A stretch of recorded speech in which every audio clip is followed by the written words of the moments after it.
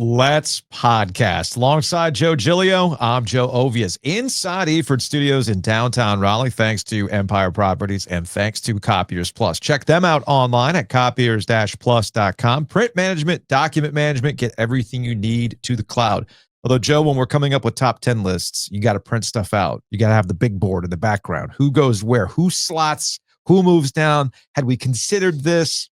I'm sure your big board back in the Gardner headquarters was ridiculous as we've drilled it down to the top 10 top triangle losses in the last 25 years. Good work on using the word top. Yes. These are the top. Our most anticipated episode of all time. Maybe, unless people thought number one was our most anticipated. I think this is the answer to our. I'm ready. You're ready? I'm so proud of the edit I put together. I'm going to send it to John Boy, even though I didn't narrate it. Right? Like, I feel like he would be so proud of me for what I did for one of the NC State basketball ones. So let's go ahead and get into it. Your team is really trying. Good. Not bad of great, just trying. Good. Pat Hills and Duke are trying. Good. They're trying good.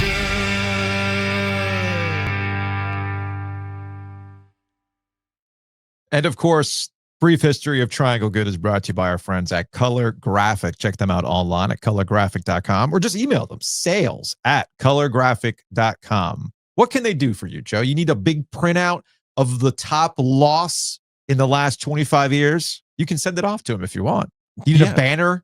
Should we have done a banner to commemorate the top losses? Maybe you're 2000. We should have. Maybe you're a real estate company. You need printouts for things in the lawn. Maybe you're hosting a golf tournament and need poster boards for each hole. These are all things they can do. They can wrap your vehicle as well. They're absolutely magic with pictures as well. Those are foam boards that you can get with no glare for the studio, but they have a lot of other options too. You know, maybe there's a picture of your family that you'd like. That we have one from the Final Four that I had Glenn print out for us. That's up in the living room right now. So these are all great things, whether it's for yourself or for your business. They have the stickers as well and the cup holders. So listen, they're very creative. If you have an idea, they'll get up with them. Sales@colorgraphic.com. They'll even give you hair. Yeah. Like they did for me. Yeah. And the OG light cutout board. So again, sales@colorgraphic.com. All right. These are the top losses of the last 25 years in Triangle Good. Let's start with number 10. Bernard fields it at the 26. Heading to the far side. Gio at the 35. Gio, he's at the 50. No, he's not. Yes, he is. Gio is going to take it for a touchdown.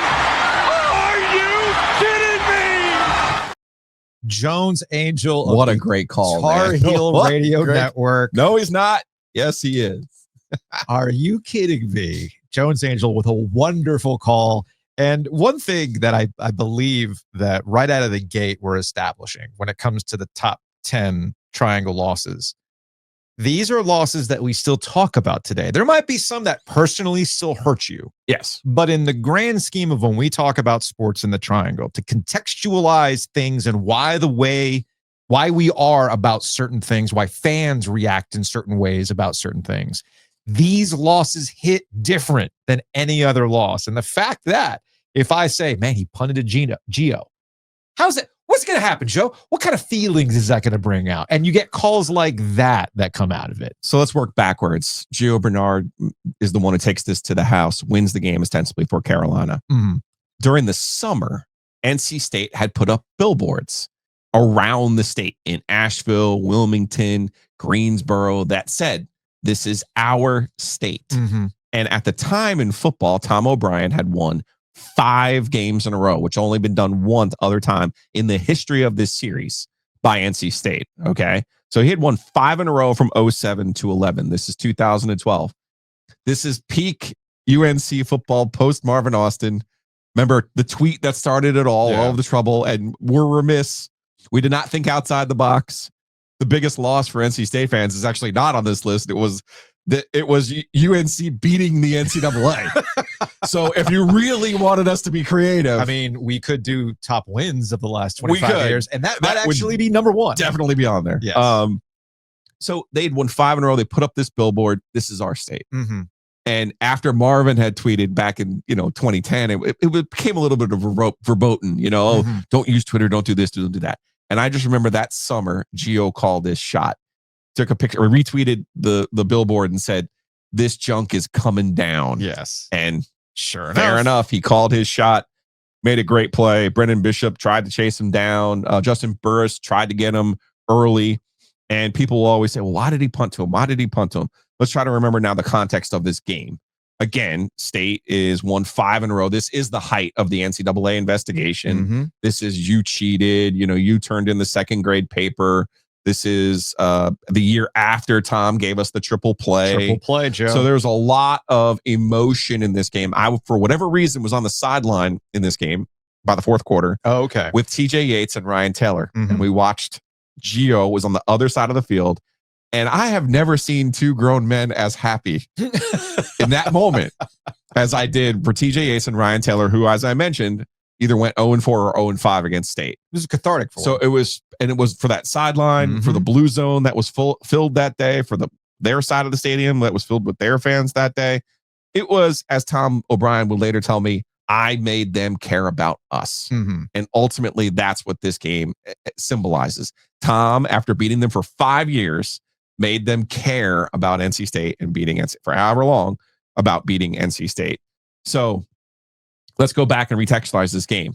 Carolina takes a 25-7 lead in the first quarter of this game.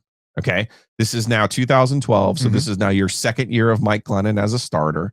State is a very pass heavy team. They don't really run. Mike doesn't run. So you don't have the Russell magic that we had seen throughout the years. Mike leads a great comeback in this game. Actually, State leads by 10 going into the fourth quarter of this football game. And Larry Fedor, Carolina, they come back. They tie this game at 35. That sets up the punt with only, it was in the last minute of this game. They punt the ball to Gio. And to this day, you can talk to anybody at NC State. Mike Archeros told me, hey, man, I told him not to kick it to him. You could say, and he talked to any of those players like Brandon Bishop and Justin Burris and some of those guys. I'm like, yeah, we didn't think, we thought the only way we could lose the game is if we punted, but somewhere Bishop is probably going, keep my name out of this. I know, but my Boca boy does not want to be brought into this conversation. but he was there. I know, he was the I last know, one who I had a know. real chance at it. I know. But here's the thing that people has been lost in history. NC State that year had punted the ball in the first 7 games. They only gave up 8 returns in the first 7 games. The longest return was by South Alabama for 8 yards. They even kicked it to Gio earlier in this game. Thank you. And he only had a 0 yard return. Thank you. Because people act like that was the only punt in the game in which Gio Bernard was on the receiving end. No, it wasn't. And they stopped him. So thank you for reminding people that wasn't, because there's a bigger context here that I'm sure we will get to. Will Bowman was a great punter. In the first 7 games of that season, they had 8 punts returned for a grand total of 34 yards. Yeah. 34 yards. So Gio gets the last one, 74 yards. Carolina wins the game, 43-35. Ends the streak.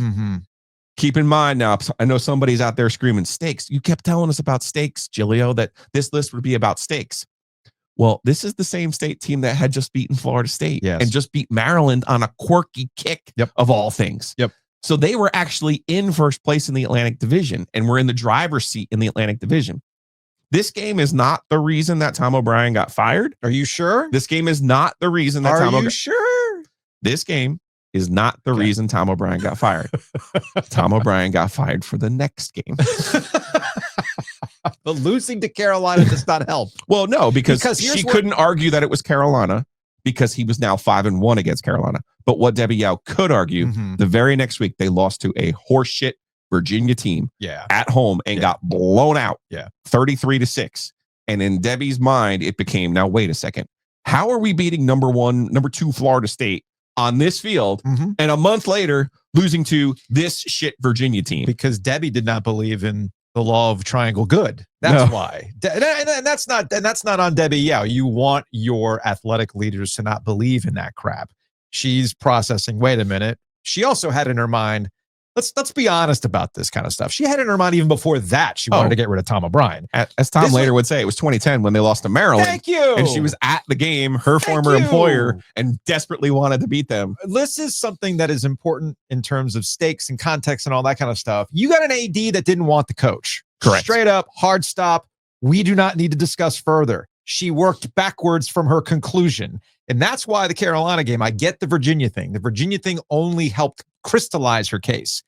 But given the context of what happened with Russell Wilson, and which was part of this, part of this as well, in which the Russell Wilson, Mike Glennon thing, which we've rehashed a bazillion times, but it's important to understand that State was absolutely getting hammered nationally over the decision by Tom O'Brien to the point where we still talk about it today. All right. Mm-hmm. And this was supposed to be the payoff year, 12. Yes. Because it would be year 2 of Mike, where you knew you would never have Russ for that second year. Losing to Carolina helped because, as we've seen with Dave Doran, and context matters, Dave Doran is not the NC State coach today if his record against the Tar Heels goes differently over the last few years. This rivalry game matters. That's why I always crack up about rivalries and all this other kind of stuff. The State Carolina football game will absolutely change the direction of your coaching tenure. Period. See another one on this list. See this one. Virginia only gave, as you just said, Virginia only gave Debbie cover for what she already wanted to do. But the well had already been poisoned on top of the Russell Wilson, Mike Glennon thing, and then finally losing in the fashion that you did. And this idea that, well, you never should have punted. It was a wrap for Tom. People were working backwards. The Carolina game only helped. So that's all I wanted to say on this. You can give me all the other context aside. We can all agree on one thing. Debbie did not want Tom to be the coach anymore. And she got what she needed thanks to this game and how it played out and why we still talk about people. Thank you for reminding me about the Virginia game, by the way. Mm-hmm. I'd forgotten about the Virginia game. That was a noon game. Yep. It was the next week. It was the classic. I forgot about it. The classic. NC State couldn't win after they played Carolina until they finally moved the game to the last game of the year. That's why Davis had so much success, in part because he doesn't have to play anybody after the Carolina game. So hold up. Are we really giving people the double whammy 10-9? Oh, I think we're going to give people the double whammy. Davis under center. From the 3. Gives the ball to McClendon. Hits up into the middle. Goes right to the goal. Touchdown, NC State. Or was it? Was TAN? I mean, certainly Woody Durham on another fantastic call on the Tar Heel Radio Network. Woody Durham, just matter of fact. Touchdown NC State. Looked like a touchdown. Looked like NC State was going to win. Well, hold the phone. Well, there's some discussion going on now with the officials. We got an early signal for a touchdown. Yeah, I don't know what this is about. Jim Knight will explain it to us. He's coming out of the conference right now. Here's Mr. Knight. Please set the clock for 13 seconds. 14 seconds, 1-4. Jim Knight. Why does that name ring a bell? Now, I was at this game. I mean, much like you were there for the Gio game on the sideline on the UNC side, I was at this game on the NC State side there at the goal line and watched that play out in front of me. Okay. I was also there for another fateful day at Keenan with the official, Jim Knight. Why does that name ring a bell? Ah, yes. Jim Knight almost died on the football field had it not been for UNC medical officials saving his life. This is from the archives, September 28th, 1997. ACC official collapses, is in critical condition. By the way, the internet that I was promised that I could find anything and everything, that is crap. Because the amount of newspaper websites that are broken and I cannot find old stories, old video, old pictures. Dude, it struggled to find this. So I found this AP article from the Tampa Bay Times of all places, reminding me what had happened back in 1997. James Knight, an official working the Virginia-North Carolina game, suffered a heart attack and collapsed in the second quarter on Saturday. Dr. Greg Mears, who treated Knight on the stadium turf and accompanied him to the hospital, said Knight was in critical condition and likely would have faced surgery. Quote, "It looks like a cardiac arrest. He was unresponsive on the field. He's taking a few breaths. That was it." Knight, 51, an ACC official for 21 years, fell on his back as North Carolina lined up for a play earlier in the second quarter. Trainers from both teams, along with medical personnel, Okay, Amazon, get out of my way. I get it. You want to sell me some stuff. There's another reason why these websites are a problem. Knight of Charlotte was taken to UNC hospitals less than 5 minutes away. Spokesman at the hospital emergency room said the hospital could not comment on Knight's condition, but he survived. 5 minutes away. It's right behind the stadium. It's right behind the stadium. Done. So he survived. So that, like, Jim Knight. Oh, that's right. UNC saved his life, Joe. So there was 2 different sidelines on this one. There was no camera. There was no replay in college in the ACC. There was in the Big Ten, but there was no replay. More context. This game, when everything used to be on television, right? Mhm. Everything used to be on television. When this TA game happened, it had to be put on a Time Warner Cable special channel that was simply the stadium feed that you see on the video boards. So the play-by-play, depending on which Time Warner Cable channel you watch, was either the NC State feed of radio or the UNC feed of radio. I just gave you the camera video. feed, though. Same camera feed, Yeah. though. And the angle itself sucked. There's no replay, obviously. Nope. So and then you got some N&O pictures that aren't necessarily conclusive either. So this is a big jumbled mess, but they had a conference. All you Jim have Knight are the comes 2. out. All Here you you have go. are the officials in real time. Yes. Rick Page is on the state side, goes in, clearly says touchdown. Yep. You heard Knight say touchdown. The other official from the Carolina sideline comes in and goes, no. Yep. And for whatever reason. And that was this. I was on the state side where I saw the touchdown and the arm go up, but the other guy. And for whatever reason, they took the other guy, the other sideline's word for it. Mm-hmm. They did what they were supposed to do. I talked to Tommy Hunt in 2024 it was 15 years, 2019. Yeah. I wrote about this. It was the lost season of NC State football. Yeah. So I was like, fuck it. I'll just go back and write about some other things.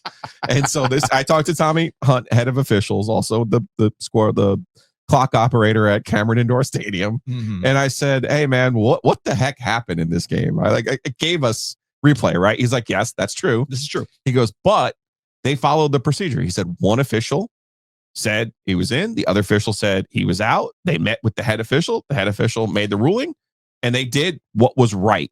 He said, I don't know. We don't have the right replay. We didn't have a camera on the goal line. Mm-hmm. He goes, all I can tell you is they followed the right procedure. They did the right procedure in this game.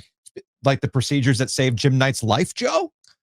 Now that's some deep tinfoil hatting here. Now, except here's the thing. You got to remember what I was doing at this time. I was in radio at 850 The Buzz.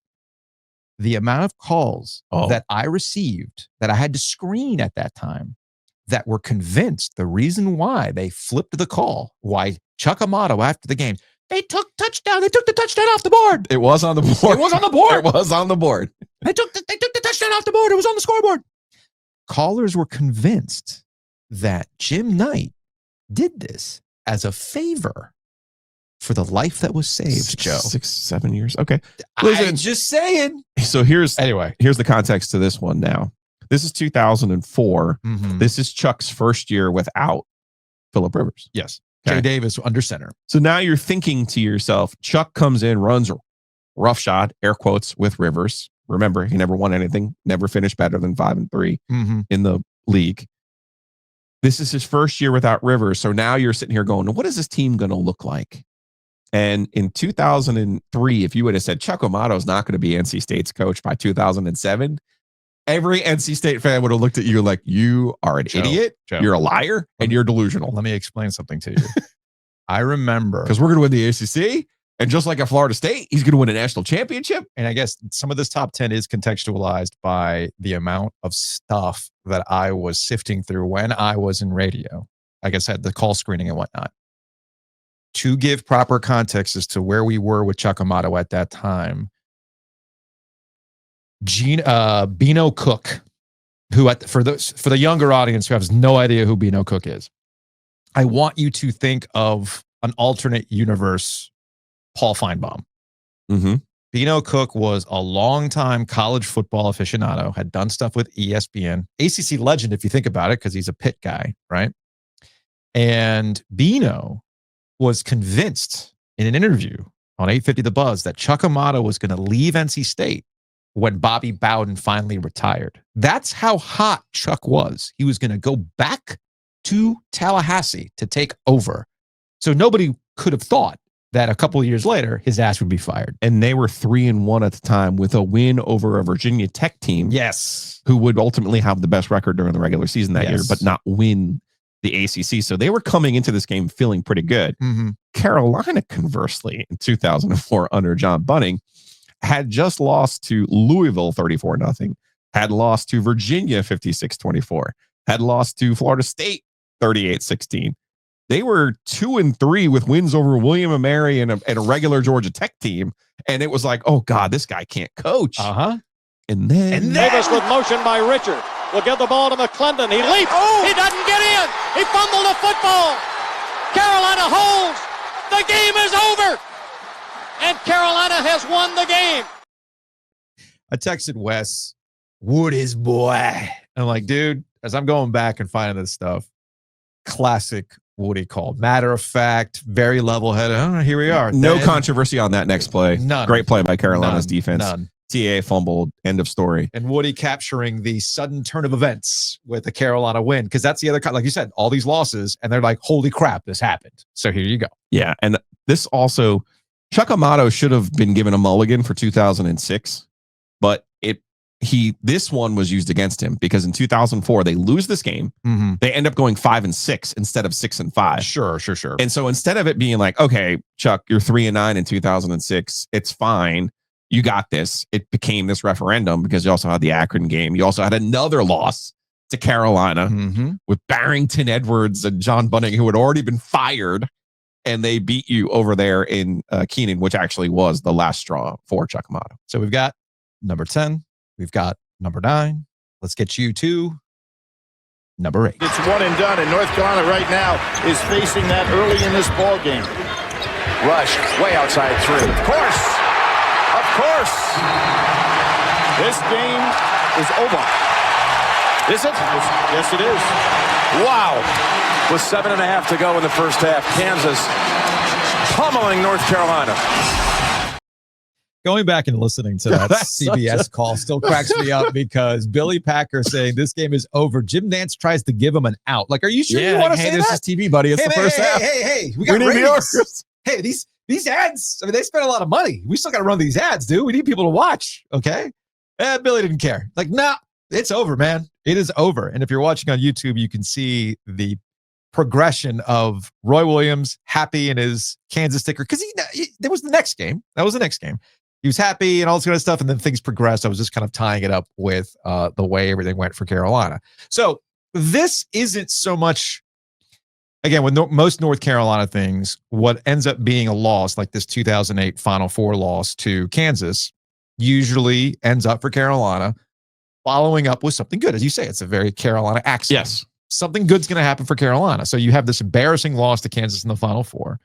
They did come back in this game, by the way, to the second half to the point where it was a one possession game. They did. They did. But then the following year, 2009, all these guys come back. Roy absolutely huddles the troops. If you're going to come back, we're going to win this whole damn thing. And what do you like to call them, Joe? In 2009, they were a war machine. They were perhaps war machine. The biggest war machine that we've seen. They might have been this century, but that's another episode. So they crushed fools on the way to winning the national championship in 2009. The reason why this enters into the top 10 more so than any other, and why winning in 2009 does not evaporate what happened in 2008, doesn't recontextualize like, say, 2016 does for Carolina, because it was followed up with a championship in 2017 and that kind of stuff, is because there's still a subset of Carolina fans for the longest time, up until Roy Williams retired, that was still mad that Roy Williams wasn't fully on board with being a Carolina man, okay? Never mind, this guy has literally bled Carolina blue from the jump. And we did a podcast feature when he retired. But he clearly had his loyalties to Kansas as well. And he was completely, as a sentimental guy that he is, was open about his love and his appreciation and what Kansas meant to him. So while coached there for 18 years, while you lose to Kansas, you still have your connections, you still have your people, you still have these guys that you love. Hey man, you know what? It's done. So let's go ahead and put a sticker on them because it still means a lot to me. Again, this did not sit well with Carolina fans. And that sticker on Roy Williams's mock turtleneck, was the subject of phone calls for about 2 weeks straight. You want to talk about autopilot? That was autopilot. Let's go back in the time machine on this one, because this is year 5 for Roy Williams. Yes. He's not at Carolina starving for a title. He won a title in his second season. Doesn't matter. And that's Because the remember- context, though. That's the context. Like, why are you mad at this guy for coming the next day? He's not supporting Kansas, as he told us the story. He was behind Kansas's bench. There were people there that he had known after working for Kansas for 18 years. They hand him a sticker. He puts it on the black mock turtleneck and didn't even think twice about it. And then all of a sudden it becomes this referendum on his allegiances. You got to remember, he also told Bonnie Bernstein, I could give a shit about Carolina That right was now. before he got to Carolina. No, Joe. Maybe he never really wanted to come back. He was still thinking about Kansas, even though he had won a championship at UNC. And also remember, Joe, this is a real thing. This is a real thing. Let's not act like this didn't happen. Those were Matt Doherty's players. Oh, that's right. In 05. That's right. That was a real thing. Never mind that he came back and literally saved the program from itself after the Matt Doherty years. Okay. Yep. The prince who was promised, the chosen one. He actually came back. And you have the juxtaposition of Kansas now finally winning a title for the first time since 88. Yeah. Even though he had been to the title game in the Final Four multiple times. It just showed you he never really let Kansas behind. Because remember, he could give a shit about North Carolina. I do not have access to the old Inside Carolina boards. I don't even know if that message board stuff still exists, but I did find a aggregation on the old rushthecourt.net. Okay. And some of the things that they had pulled, quote, this is from the Inside Carolina boards after the fact. And there it is. Wow. Absolutely shameful. Roy, if you want to go back to Kansas, don't let the door hit you. Way to stand by your kids. Mind you, he had won a championship already, but that's the attitude. Another one. If this is true, this is very, and I mean very disappointing to me as a Carolina alum and a diehard fan. Again, if true, Roy needs to get his head out of the past and show where his true loyalty lies. He is the head coach at UNC. If I was a player, I would be heartbroken right now, knowing my coach is cheering for, or at least lending moral support to the team that humiliated my team in the Final Four. Another one. I don't question his loyalty to us, but I question his judgment. For someone who is so sensitive, this is a major oversight. And it goes on and on. Imagine this for 2 weeks straight, taking phone calls on this particular matter. And for the longest time, it followed him until even after they won in 2009, people still question Roy's overall demeanor, his sensitivity, all this other kind of stuff, despite the fact that, as we know, he's a Carolina man, true and true.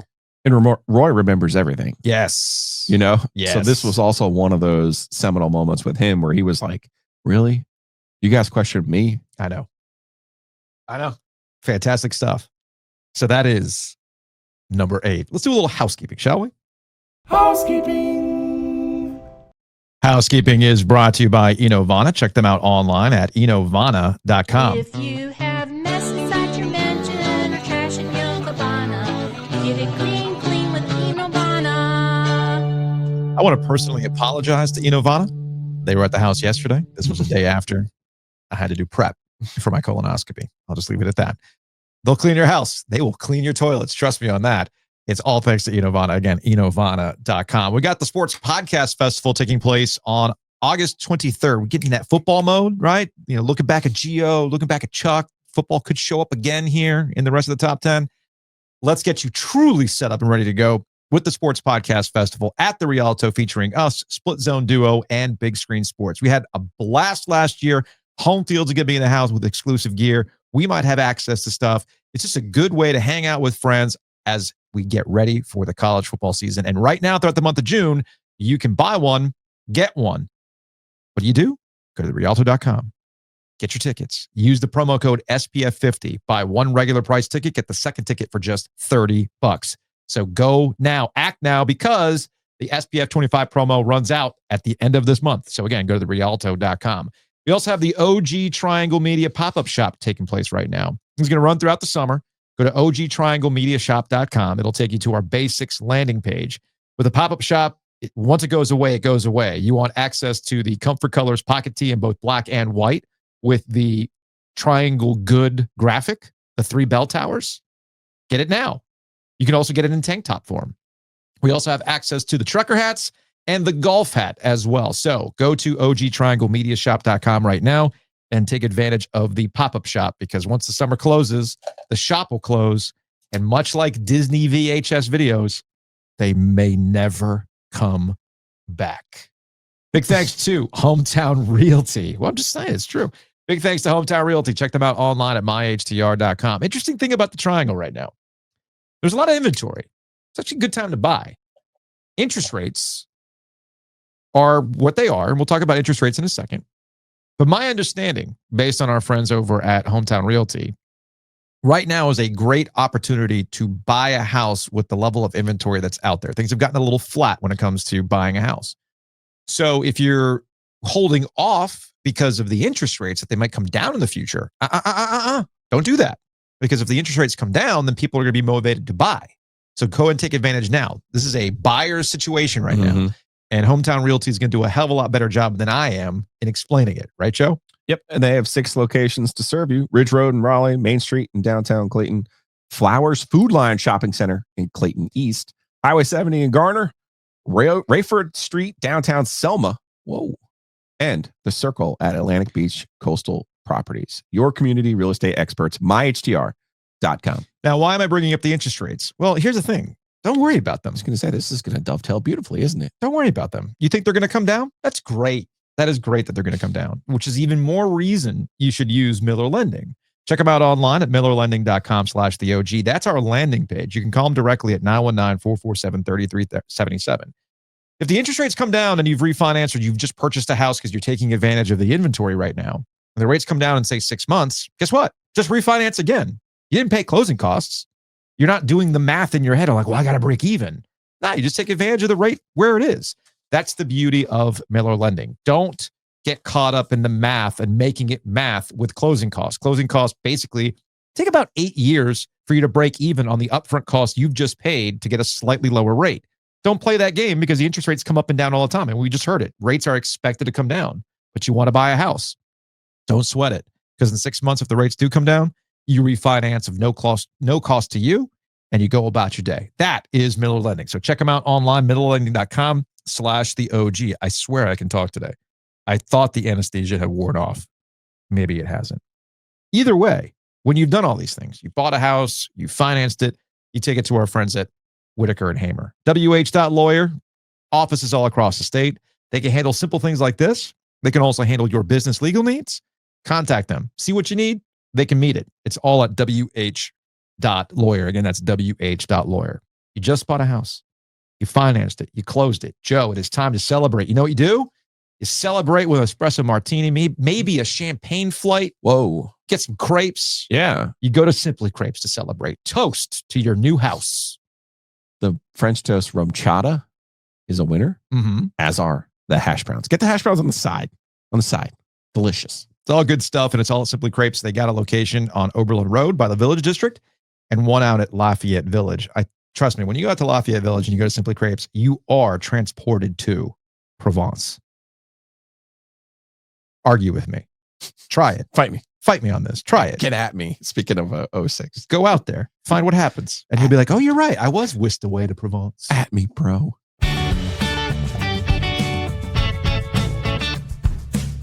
Pause. Resume.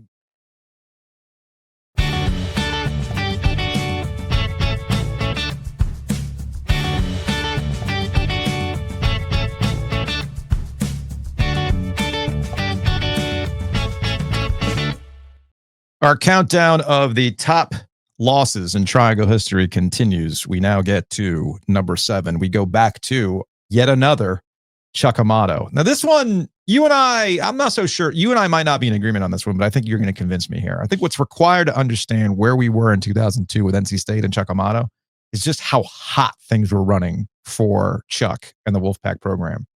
This was a game hot. This was a game on ABC. Was it the weekly feature 3:30 game? This was Georgia Tech? Correct. And Amato, with his Italian personality, the big glasses, the red cowboy boots, singing to recruits, all that stuff, right? You remember those red cowboy boots? I remember right? the red Adidas shoes. I don't remember the cowboy boots. No, he showed up to a basketball game once, and these in the boots, just snakeskin cowboy boots. They were ridiculous, perfect, man. So ABC does this feature where they have Chuck.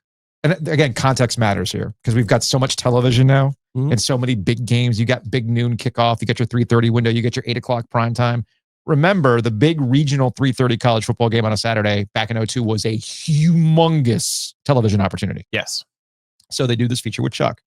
We're not going to play the audio because we've all heard the Sopranos theme. Plus, I'm not really interested in getting dinged by YouTube. So we're just going to narrate this. So the thing opens up like you would the Sopranos theme. Here's Chuck in a car, much like the Sopranos opening. Tony Soprano. Yep. Driving down the Turnpike. Jersey Turnpike. You see, they see you driving down the bridge. And this one, you get Raleigh city limits. I mean, this is really a go back in time. They have this sign that says NC State 9-0. Again, Which they clearly put up. They put up for the video. Again, another callback to the Sopranos opening. And, they're doing all the classic things. They show the jewelry, QB, Phillip Rivers. They're showing you highlights. Chuck's driving down. Look at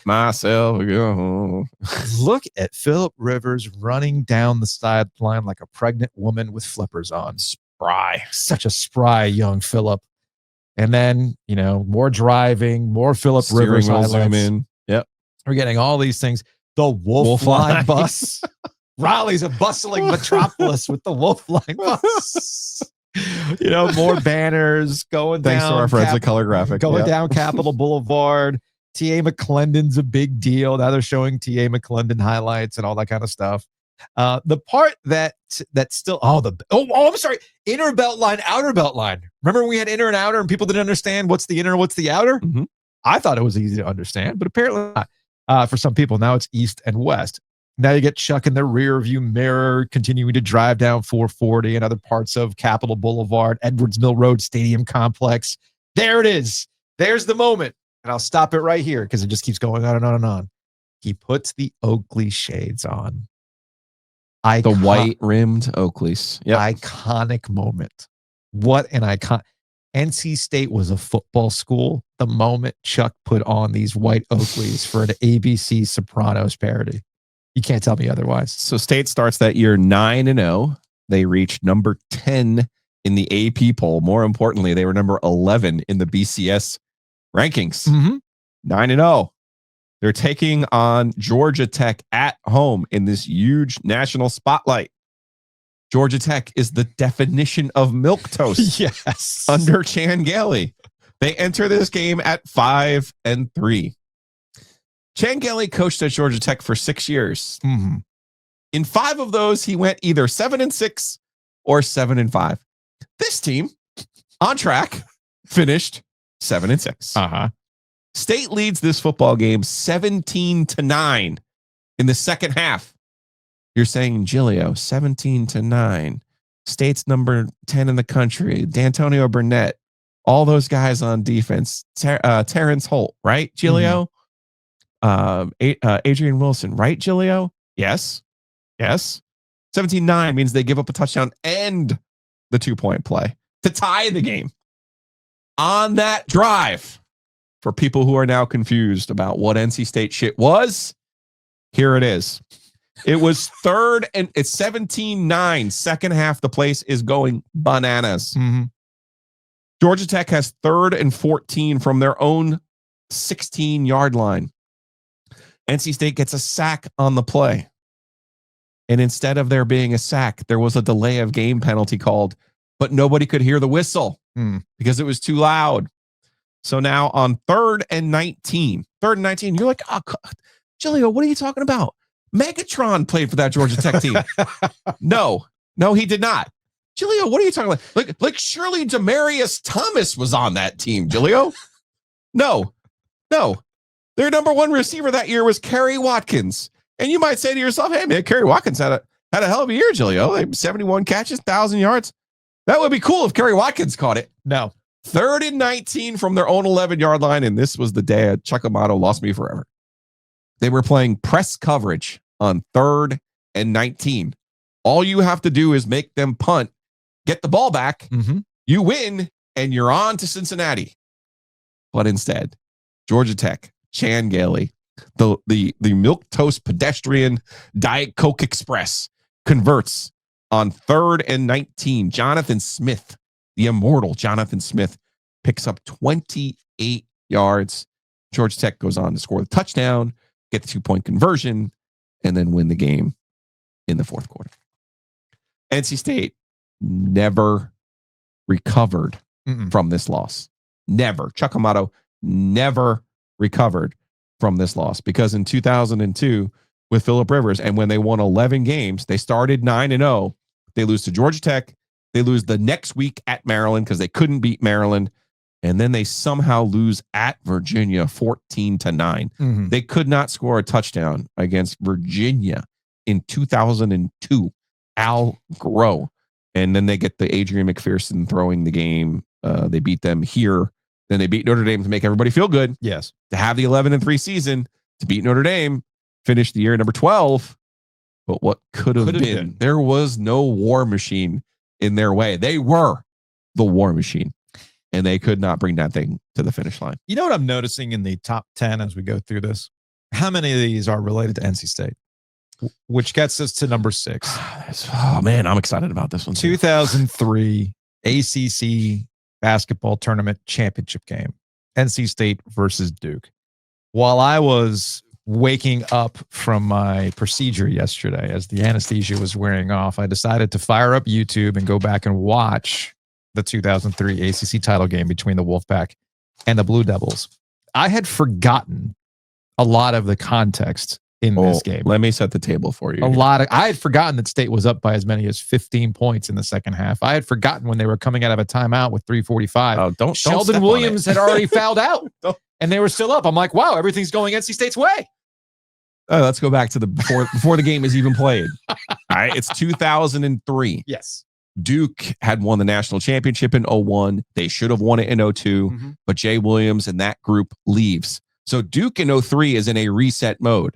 Okay. They're not a war machine. They're a very beatable team. In fact, that year, the team who won the ACC regular season was Wake Forest. Okay. And you wonder, well, surely Carolina had a great team, Giglio. Carolina always has a great team. No, they were dog shit. They were 6-10 under Matt Doherty. Yeah. We don't talk about Matt Doherty. No. Okay. So my point here is the door was wide open. All they had to do was walk through the door. In 97, Herb's first year, they get to the final. Dean Smith in the final. Shimon Williams goes bonkers. Yeah, what are you going to do? State's playing 4 games in 4 days.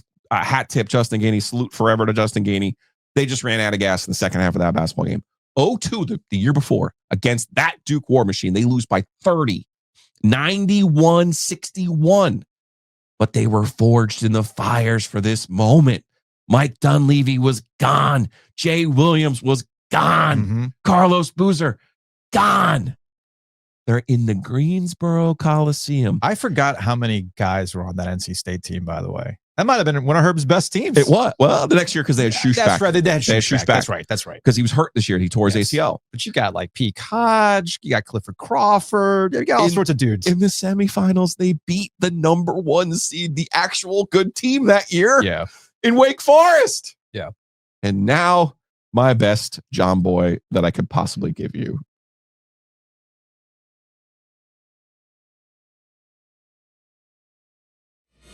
NC State had a 15-point lead, but this is not uncommon for the Wolfpack. This has happened time and time again this year where they've had leads on teams and were unable to close the deal. Gets the roll in the second one. He has a career-high 26 points.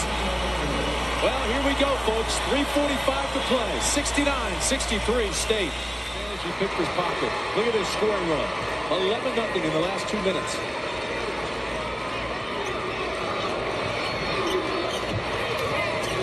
Reddick. Yes. Daggers. What could go wrong? They're up 14. Then they get the Raycom kiss of death. I've never seen Raycom shit on an ACC school before. Like, not once did they ever flash. Like, Clemson's never won the ACC tournament, you know? Like, that was that, looking back on that. And then you get the call there from Tim Brandt. Yeah. Here we go. NC State's up 6, 3:45 left. What could go wrong? What could go wrong? Oh, that's right. JJ Redick's about to score 28 of his points in the second half. And then they flash. We get to the graphic of Duke's on an 11-0 run. Weird. JJ so weird. scored. JJ, again, I had to go back and watch this.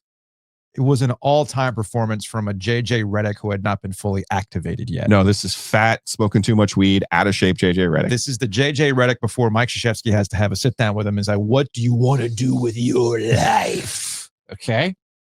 23 points in the final 10 minutes of the game. 23 points. And as the clip that you played, they're up 69-63 with 3:45 coming out of that timeout. It's time to reset as things have started to get a little bit tight. And then right out of that freaking timeout, he hits that corner three. I know they were still up, but it was a wrap.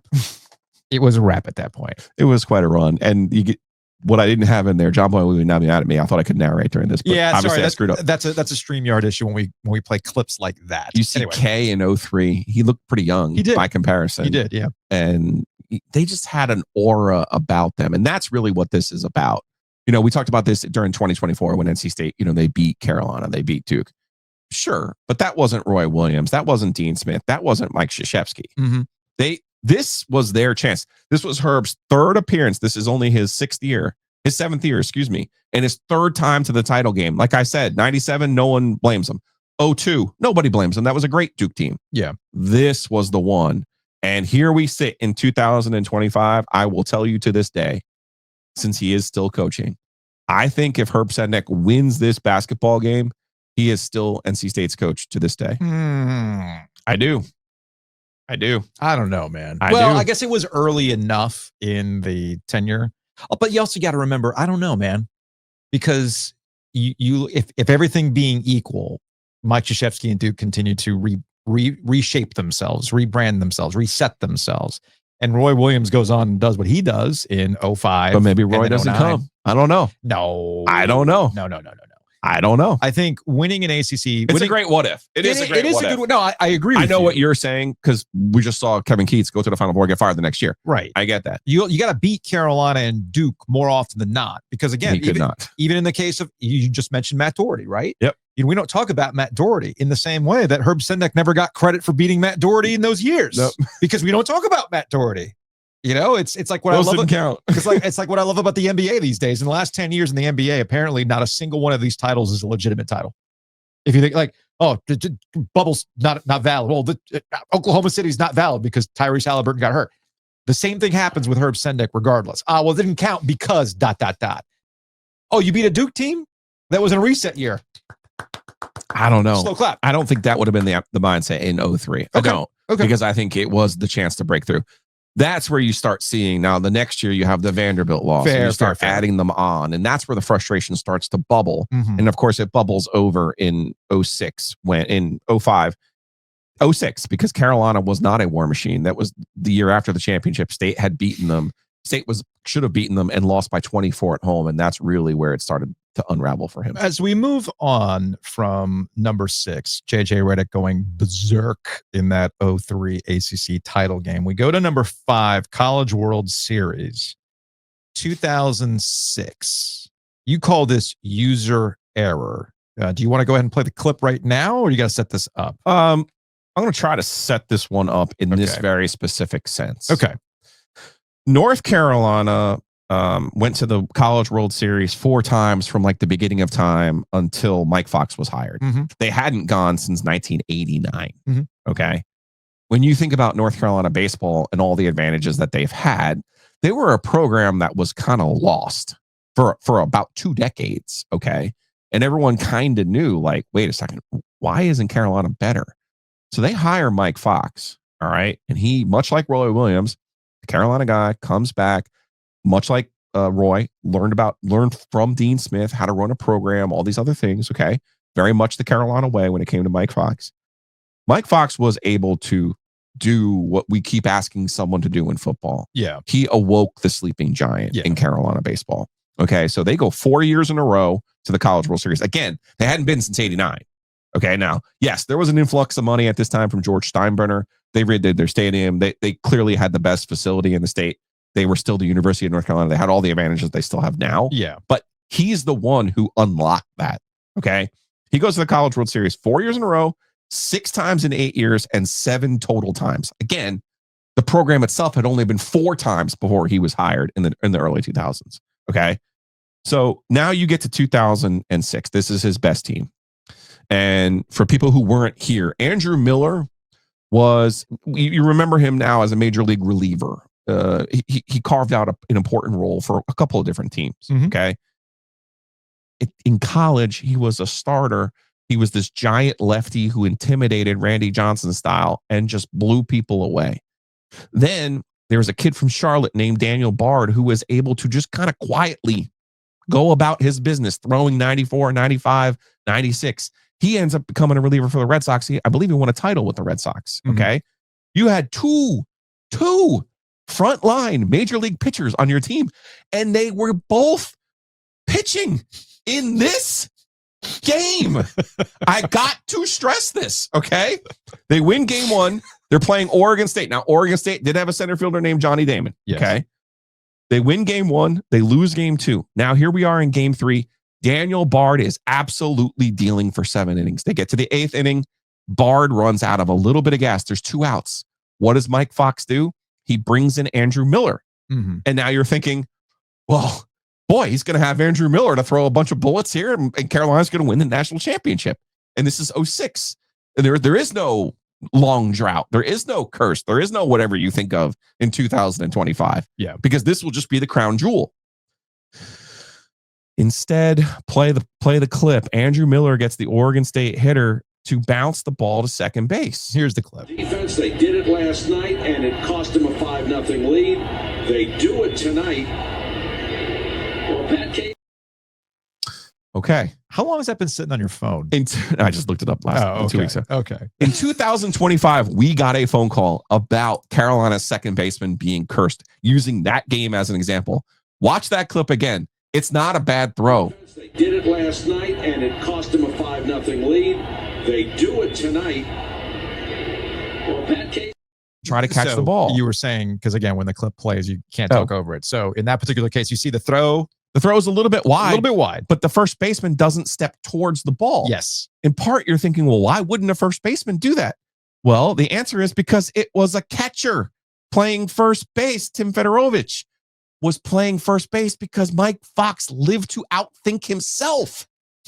And instead of the regular first baseman, for defensive purposes, he tried to keep Fedorovich, his regular catcher. He tried to keep his bat in the lineup, and he had him at first, and he never should have been there. So I do not blame the second baseman on this play in one single shred of at all. Garrett Gore, I do not blame him at all. But it's one of those deals where you're looking at it and you think back to the Herb example. If Carolina wins that one in 06, how different is Mike Fox's tenure?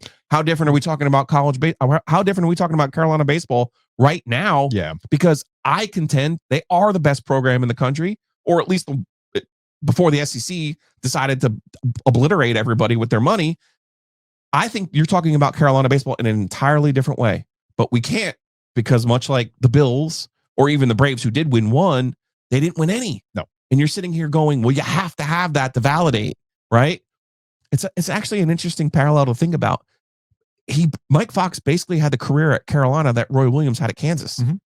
And we look back now at Kansas and go, Roy was really good. He had a couple good teams. But we don't do that if he doesn't win the 3 titles at Carolina.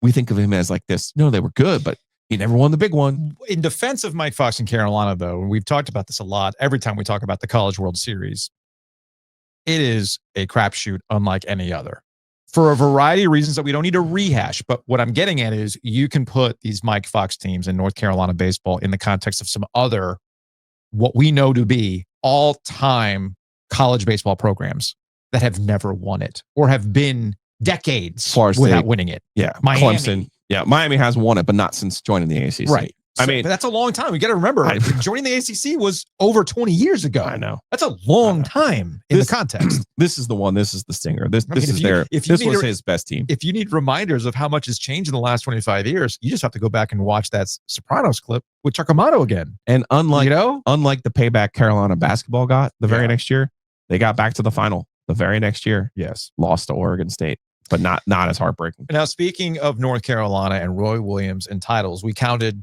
how many titles for Roy Williams? 3. 3 titles for Roy Williams. Are you sure? Are you sure? Sure there's not one missing? Are you sure? Because when we get to number 4, We talk about a Carolina team that seemed to have been cursed in terms of injuries, specifically with the wrist.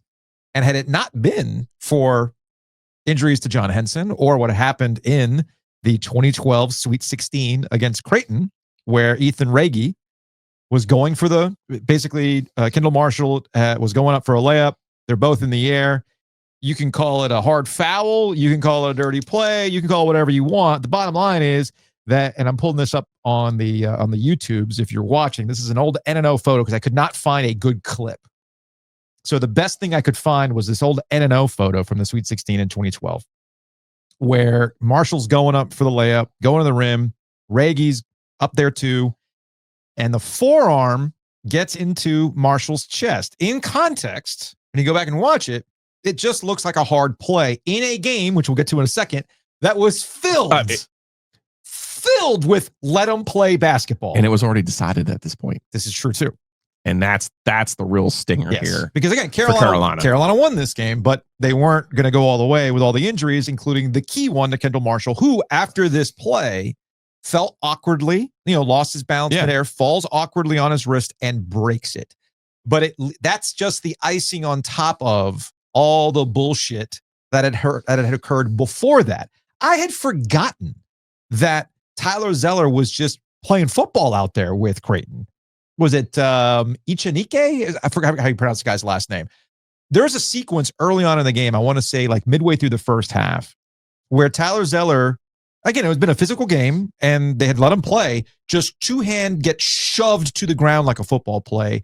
And the officials are right there. They don't even call it. And of course, the kicker, the thing that people still remember to this day is the wink, Joe, the wink, which I'm pulling up on YouTube right now. Thank goodness for GIFs that live on forever on the internet, because the context here is that Grant Gibbs was swiping at the ball and he just so happened to mess with John Henson's already injured wrist.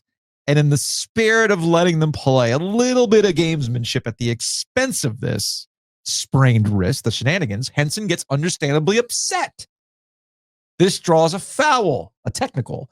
They end up going to the line. Again, the game ends up going Carolina's way, but the point is it just showed you all the ways that bolster the argument for Carolina fans that Creighton was a dirty team that was targeting their guys and that ended up costing them a national championship with the accumulation of injuries, including the big Kendall Marshall one. And that wink, you stepped into it without realizing it. This is important. We still talk about this. Again, it all gets back to the main context of the top 10. Are we still talking about to this day? If this is brought up, does it make you feel a real certain type of way? You experienced this firsthand when you kind of hand waved Creighton, Carolina. Oh no, don't do that. And buddy, did you hear about it? Don't do that. And in your defense, because again, you were in a different situation at that time. You were mostly focused on what beat were you working at that time? It was I was with us. It was Terquavian Smith. It was a hard foul, and he needed the. No, what I'm saying is, that's the context in which it came up and it bubbled 23, over. We were still employed. I get that. I'm saying in 2012, what were you doing? Oh, 2012, State was in the Sweet 16 and was running hot. So I don't remember the Creighton discourse at the time. This was another sports talk radio fodder where we did not hear the end of it in 2012 and what could have been with this Tar Heel I was going to team. say there's 2 points of contention with this 2012 team. Yes. They were 14-2, and you know how I feel about in the league. Mm-hmm. You know how I feel about the last game between Duke and Carolina, especially if it's at Cameron. Yeah. This Carolina team in 2012 went to Cameron, okay, and they won.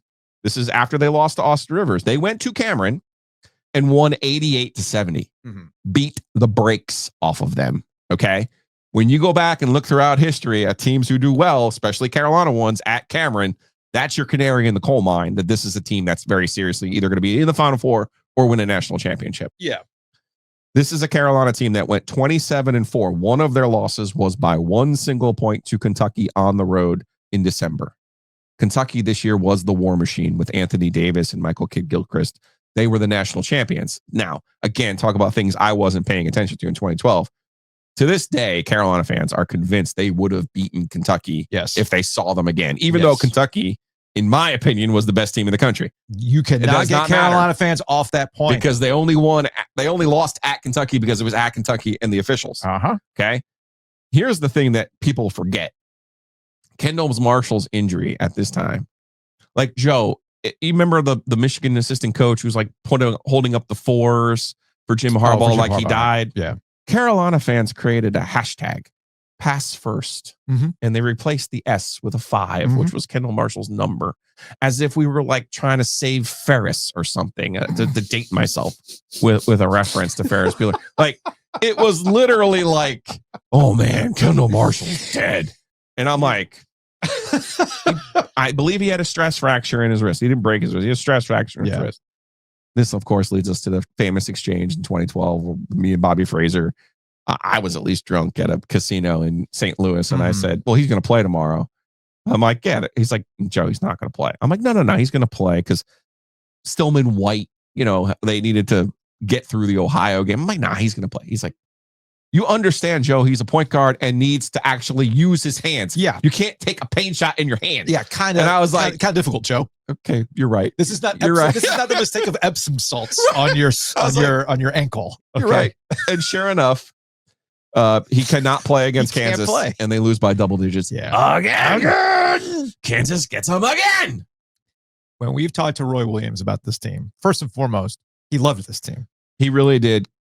And I'm not trying to diminish what Kendall Marshall was.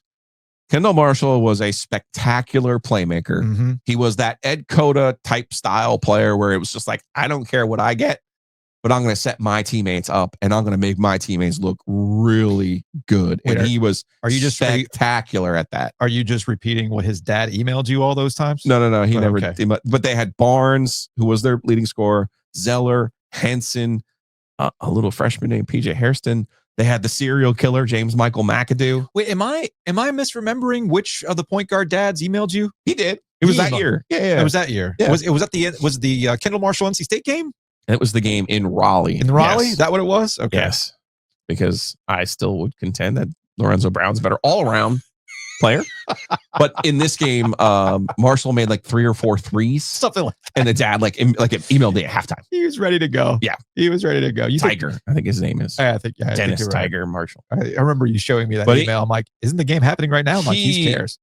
Marshall was a quintessential. He was. And even more so than a Lawson or Raymond Felton, because he was really the engine that drove that team. This is, again, another one of those classic what if situations. What if? And nothing will drive you insane more than injuries altering your what if. And when you look back on it, that's why I said from the jump, the reason why, if I could go back in time over 10 years to remember and contextualize this, there was this idea of, man, this team is cursed.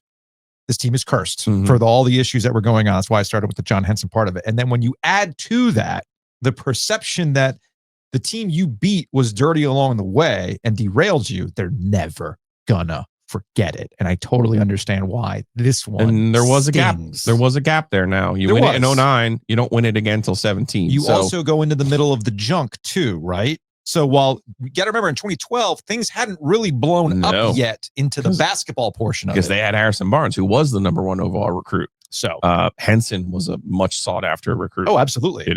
So that's, again, one of those other, and this also gets to a standard conversation that we have a lot of times when it comes to Carolina basketball in particular. When you've got teams. Because you've seen them before. Yep. Brian Lowe always made this point to me when it comes to point guards, getting back to bolstering the Kendall Marshall argument.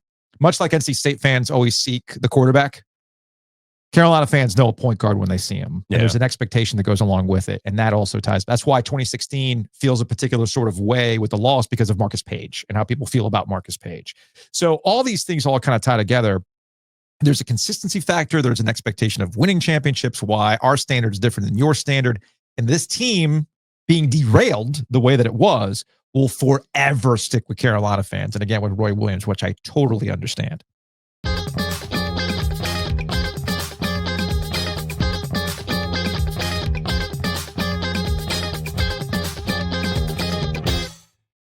Big thanks to our friends at Roback. Check them out online at roback.com. May I remind folks that the turnaround time on shipping is fantastic. I ordered some stuff on Sunday. I got the email confirmation that stuff was shipping yesterday. No, I'm sorry, on Monday. And I should be getting it either today or tomorrow. Real quick turnaround time on the shipping. So go to roback.com. Use that promo code OG20 if you haven't yet. You can rock a Roback like Giglio is wearing right now. Yes, sir. We're talking about the polos. We talk about the shorts. But a reminder, they do have women's stuff too. Skirts, performance shorts, joggers. Kelly took a good look at the Roback website on Sunday, and she's like, ooh, I like this, and I like this. The colors are also fantastic as well. So go to roback.com and get stuff for you and your partner. So go to roback.com, use that promo code OG20. Big thanks to Two Roosters. Our flavor comes out next week. I am hype about this. We're actually doing a photo shoot today, which I'm excited about. I'm debating whether or not I share with the audience what Jared has sent to us for another potential cup run promo. I'll save that for later. Okay. Who's to say? Okay. But we got more important things to talk about when it comes to Roosters. We do have our flavor coming out next week, but Jared wants you to remind you that they got a food truck rodeo taking place this Friday from 5 until 9. They got 6 trucks and carts, 6 exclusive treats. It's all at the Greystone Baptist Church parking lot. That's across from the Greystone Shopping Center, where they have, I forgot which, is it Sola Coffee Shop? That one's there. You also have the Two Roosters in the Greystone Shopping Center itself. That's the OG, if I remember correctly. Mm-hmm. So it's all going to be in the Greystone Baptist Church parking lot. So the food truck rodeo from 5 until 9. They're going to have all sorts of great setups. Our friends at Longleaf Longleaf Swine will be there. What a combo. With their mobile setup, which is also exciting too. Love that from Longleaf Swine. So you might see us there. It's going to be a good time. So check it out. TwoRoosters.com. I mentioned Longleaf. I was at, did I do lunch? No, yes, Sunday. I went and got lunch at Longleaf. And sometimes, look, you get it like, there's like these burgers, these really, really heavy meals. Not all the time. They do have vegetarian options. Number one. Number two, may I remind you that the smoked chicken quarter is actually a pretty light meal depending on the side that you get. So is the brisket. Yes. So get it with a little slaw. I'm a big fan of their smoked chicken. I think it's one of the more underrated things that they do at Longleaf. But there's something for everybody at Longleaf Swine. So check them out online at longleafswine.com. And of course, our friends at Mosquito Authority and Pest Authority. You can check them out online at bugsbite.com. You can bundle and save. With all the heat it's gross outside. We've had rain. It's super humid right now. The dew point's gross. And then you got critters wanting to come in the house. That's where Pest Authority comes into play. And with all the rain and the heat and the humidity and everything else, that's prime breeding for mosquitoes. Take care of all of it with our friends at Mosquito Authority and Pest Authority. Go to bugsbite.com. Again, that's bugsbite.com.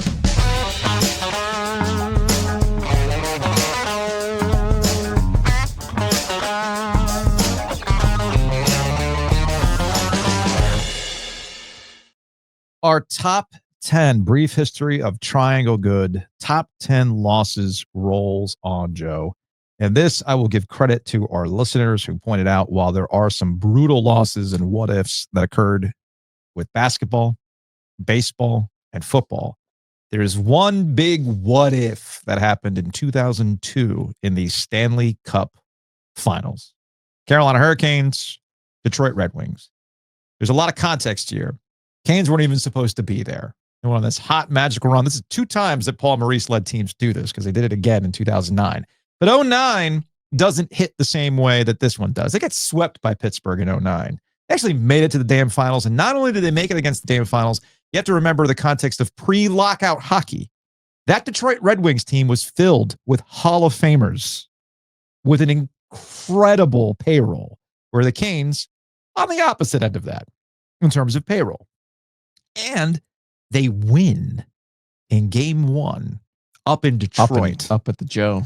Up in Detroit, where Chuck Caton said, in living color, in black and white, the Canes black and white, because, the Red Wings were red and white. He has this great call, and they come back here with the series tied 1 apiece, and it looks like they're actually going to do the thing. And we've had this conversation with Chuck Caton a lot.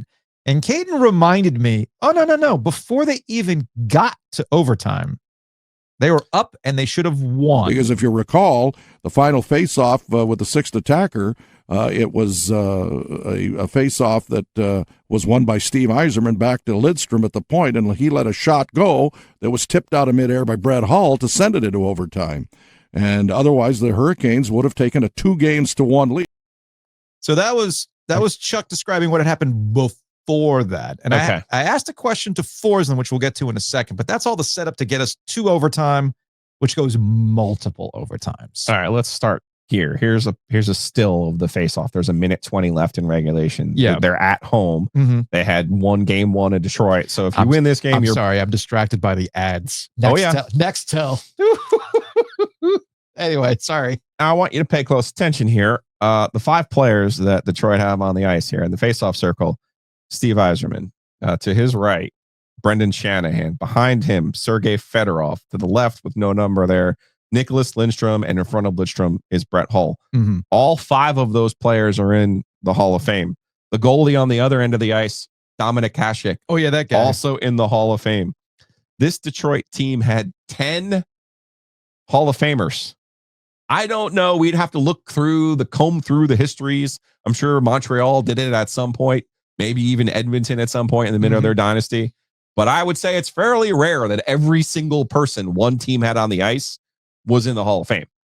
By the way, that's Rod Brindamore taking this face-off. Rod Brindamore, very proud of his face-off percentages. Loses the face-off to Yzerman. That must be why he's not on the Hall of Fame. That clearly. That's the reason. The Hurricanes, by the way, on their playoff roster had one Hall of Famer. Okay, so let's. I'm trying to give you some context here. Now, also, the games that the Hurricanes had won that year in the playoffs, they, including game 1, they were 7-1 in overtime. 7-1. They had the secret weapon in Nicky Valin, who hit game winners in overtime against Montreal, which was the Miracle at Molson, and he beat Toronto in game 2 here in Raleigh. So this was a team seemingly kissed by destiny. All they had to do was win that face-off. But they clear that zone. You had the number 1 guy in the circle, and it didn't happen. But goes to overtime, they have chances. And it goes multiple overtimes. Yeah, 3 of them. I asked John Forsland, this has come up a couple different times, and I asked Forsland, because I'm convinced that if they won game 3 at home, they would have won the series. They would have had a really, really good chance, even with the talent discrepancy and Hall of Fame discrepancy. That's my headcanon. Okay. Yep. That's my headcanon. If they win this game, whether it's off, taking it home with a face-off win at the end of the game, or just getting it done in overtime like they've had previously done, they win the series. Forsland sees it the same way. My recollection of game 3 was that the Hurricanes were the better team in that game. And that was a swing game. The unfortunate occurrence was that it went so long, and Paul Maurice kind of boxed himself in by not utilizing his 4th line at all. And I don't blame him, because against that team, it was really hard to put those guys out on the ice. And Jeff Daniels might have been part of that. I don't have a good enough memory to tell you. Tommy Westland, who the 4th line was. Kevin Adams might have been in that mix.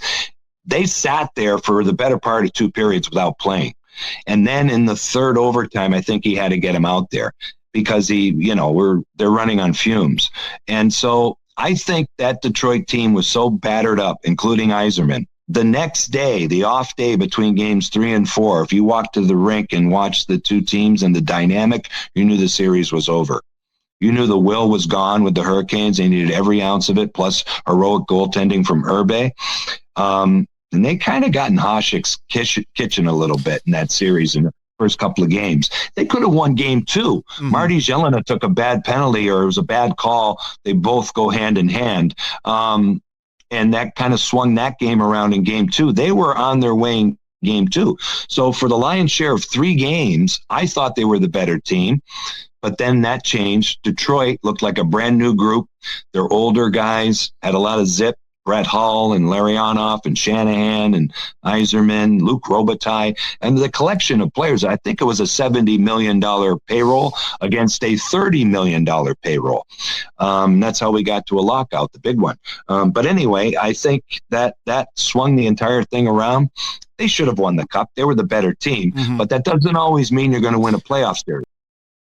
And Forsland's absolutely right. We see this all the time. Just because you've got Hall of Famers, just because you're loaded, doesn't mean you're necessarily going to win a playoff series in the Stanley Cup playoffs. And the Canes had an opportunity. Now, history finds itself in 2006, post-lockout, things being a little bit more equal. Canes come out, tape to tape, have a great regular season. Obviously, they go on to win.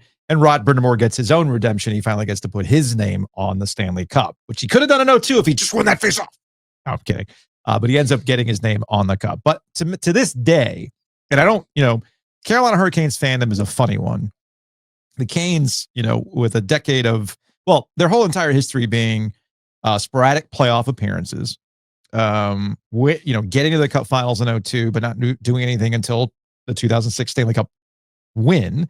And then, of course, you have their 2009 run as well. But you got to remember, it was a very sporadic thing. Playoff success for the Canes was very fleeting. Regular season success was fleeting. So and 2002 was also funny as well, because in 2002, hockey was still trying to be sold as a product here. Hockey was not what you see today in this market. Now, this was a big building block for it.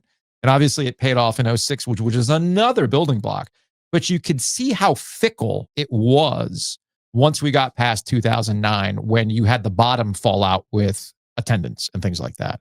And from 2019 until now, we have been spoiled by the regular season success and the playoff success, without a cup win, obviously, but there has been playoff success. They've gotten out of the first round. You want bubble aside, we can quibble over that. And for old timers, this one's always going to be there, because if you were a Canes fan in 2002, you were a Canes fan. You were bought in. This was not a time in which you really had a lot of bandwagon with the Carolina Hurricanes. They were still fighting for their respectability in this market. And the fact that they didn't win it, and then you had these long droughts, only bolstered the fact that hockey was something that maybe you check out once you get into the postseason. That's not the case now. And I think that's important context, too, as to where it was and why we tend to forget stuff like this. But this one, especially for old-time Cane fans and Forsland, Caton, who vividly remember these things. I'm sure if we talked to Rod about that face-off, he would punch us and then explain it. Yep. This one sticks, man. This one sticks. I also think it's important to remember, back then, to be the man, you had to beat the man. Yes. And New Jersey won the cup in 2000. New Jersey won the cup in 2003. They went to the cup and lost in 2001. But in 2002, after they had a very physical series where Scott Stevens injured both Shane Willis and Ron Francis, knocked them both out with concussions on what would now be illegal plays. Yes. Okay. At the time, they were not. But now we would look back and be like, that was just straight up dirty. And so to come back that very next year and to face the monster in the first round and beat and slay the monster, slay Marty Brodeur for the first time, the fabulous New Jersey goalie. That's what really got people hooked on hockey in this market. Those twin series against New Jersey in 2001 and 2002 are the ones that really got people involved in the Carolina Hurricanes. And to beat them and clear that hurdle, like you say about the video games, it's almost like you got to the final and it was like, now wait a second. They got to beat these guys? Detroit's got what? But, Forsland was right. As much as the Hall of Famer Dominic Hasek was, they sort of kind of got on him. They did in that first game in particular up in Detroit. And again, they had an unshakable belief that they were going to win when it got to overtime. And I think that's what really kind of broke them. In addition to it being a long game, a physical game, a grueling game. Now all of a sudden it's 2-1 them. And you come back the next time they play and they lose 3-0. Yeah, it was a wrap. They had nothing. It was a wrap. They go to Detroit, lose 3-1. Yeah, it was a wrap after that. But a magical run, and one I know fans did appreciate, and obviously being consistent. A lot of the same people were on the 2002 team, were on the 2006 team. Not Francis, but a lot of those guys, not Urbe, not Francis, but a lot of those guys Glenn Wesley get their payoff. Yep, they got Rod their payoff. And Glenn Wesley in particular, they did get their payoff. So I think there's some of that does soften this. But when you go back and look at it, that was a true stinger. Now, number 2 is this one's a big sigh because you can't talk about this one without falling into the trap of relitigating what happened in the College World Series 2021 with NC State being told, go home, you have COVID. Number 2, appropriate in this ranking because it really ended up being a shit show on all levels. And again, I don't want to relitigate this, but a timeline is important. This was put together by the News and Observer back when they had received all their FOIA requests, email exchanges with Elliot Avent and Boo Corrigan and Randy Woodson and all the other stuff that was going on. And if you're watching on YouTube, you can kind of see the long and short of it. And NC State beats Vanderbilt 1-0. A player who had tested positive for COVID starts this chain reaction of things that ends up happening. That was JT Jarrett, who's now on Elliott's staff. Yes. And then the kicker to all of that is the coach at Florida State. The kicker to all of this is that when COVID starts to, or as Elliot Avent referred to it as, the bug starts to go through, NC State still finds a way to be super, super competitive with only 13 players? I think it was, right? Yeah. 13 players in their 3-1 loss to Vanderbilt after more players started to test positive. This gets us to the Elliot Avent press conference that ended up being the thing that really started the shit show and where a lot of things can be true at once. So here's Elliot Avent at the podium after they had just lost to Vanderbilt 3-1. More players are testing positive with COVID. NC State's general attitude is we're going to keep playing with the players that are available to us with a variety of protocols, including keeping players out of the dugout, isolation,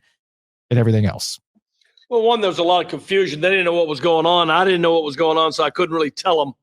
But when I found out we had the option to play with 13 guys or forfeit, then obviously when you have guys that are committed to your program as our guys are all year, I don't think you do things from the top. I think it's always a decision made by the people that have done the work. It's always the people on the ground that get the work done. And sometimes at the top, you have to make a decision, but this wasn't one of those circumstances. And I just told the team what we were dealing with. 2 options are forfeit or play with 13 guys. And my vote was to play. Let me know what you want to do. Took about probably 6 seconds. And that's who they are. And we found a way to make it work. And like I said, if you get a knock here or there, we might be talking about playing for a national championship starting on Monday. But anyway, now we got to come back tomorrow and beat a really good Vanderbilt team, and we got to go back and regroup here and see what's going to happen. Eric Olson with the Associated Press. You said that you couldn't talk about the events of today, but coming into today, did you require your guys or encourage your guys to get vaccinated? Did you have a policy on that? I didn't say I couldn't talk about it. I said I wouldn't talk about it. We talk about a lot of things, you know what I'm saying? But it's not, it's always been, I've been coaching for a long time. And I think I'm you can call it caretaker, you can call it babysitter, or the guy that the parents drop their young men off and leave in my care. And they've raised them to be the quality people that we recruit.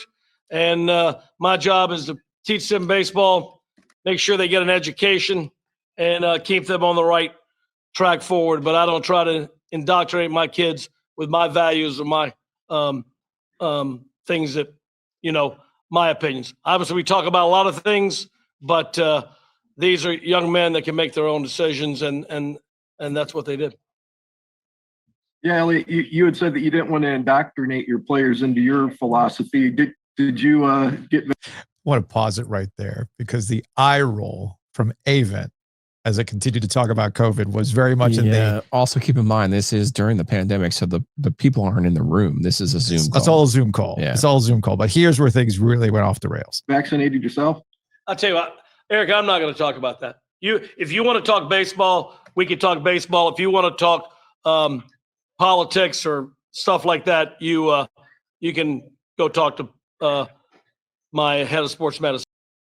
So there you go. That was the press conference that really set in motion to this become a truly national story, because you had a couple of different things that are going on and a couple of things being true. I'll maintain that NC State probably does not find itself in this situation if they just all got vaccinated, and end of story. However, the one thing that Elliott Avent was ultimately right about, and the thing that NC State's administrators were trying to figure out too, is that the rules were being made up as they went along. And the NCAA has a vast track record of instances in which they say they're going to do one thing and then go about it a different way. In defense of the NCAA at that time, though, you got to remember in 2021, we were still figuring stuff out as it related to how to play sports in the middle of this stuff going on with vaccinations and testing and what made you symptomatic, what made you asymptomatic, and everything else. So there was a lot of moving targets. But the one thing I will maintain is that the NCAA should have come up with a set of rules, stuck to those rules, and then things wouldn't have blown up the way that they did. All right, let's start with the NCAA portion of this. And obviously everyone knows my feelings about Elliott and NC State baseball. But let's start with the NCAA portion of this, okay? In March, the NCAA of 2021, in March, the NCAA held a championship for basketball, their most valuable television product. It's what puts their money on their table for them. In March of 2021, they held a championship in Indianapolis in an empty building. No fans, because they wanted to cash the check from CBS. In June, they decide they're going to have fans in Omaha. Right. Now, you might say, oh, Joe, they're just at the game. Well, no. As someone who was just in Omaha, when you go to Omaha, you're at the restaurants, you're at bars, you're at wherever. There's money involved. Because there's money. There's tickets sold. They sell tickets. Also, the television contract is not the same. Right. So I suspect Omaha said to the NCAA, hey, we're going to open this thing up. It wasn't full capacity, but we're going to open this thing up. And the NCAA, instead of saying what they did just in March, no, this is about determining the national champion. They said, you go ahead, you open up, you can make your money because it's your big event. Okay.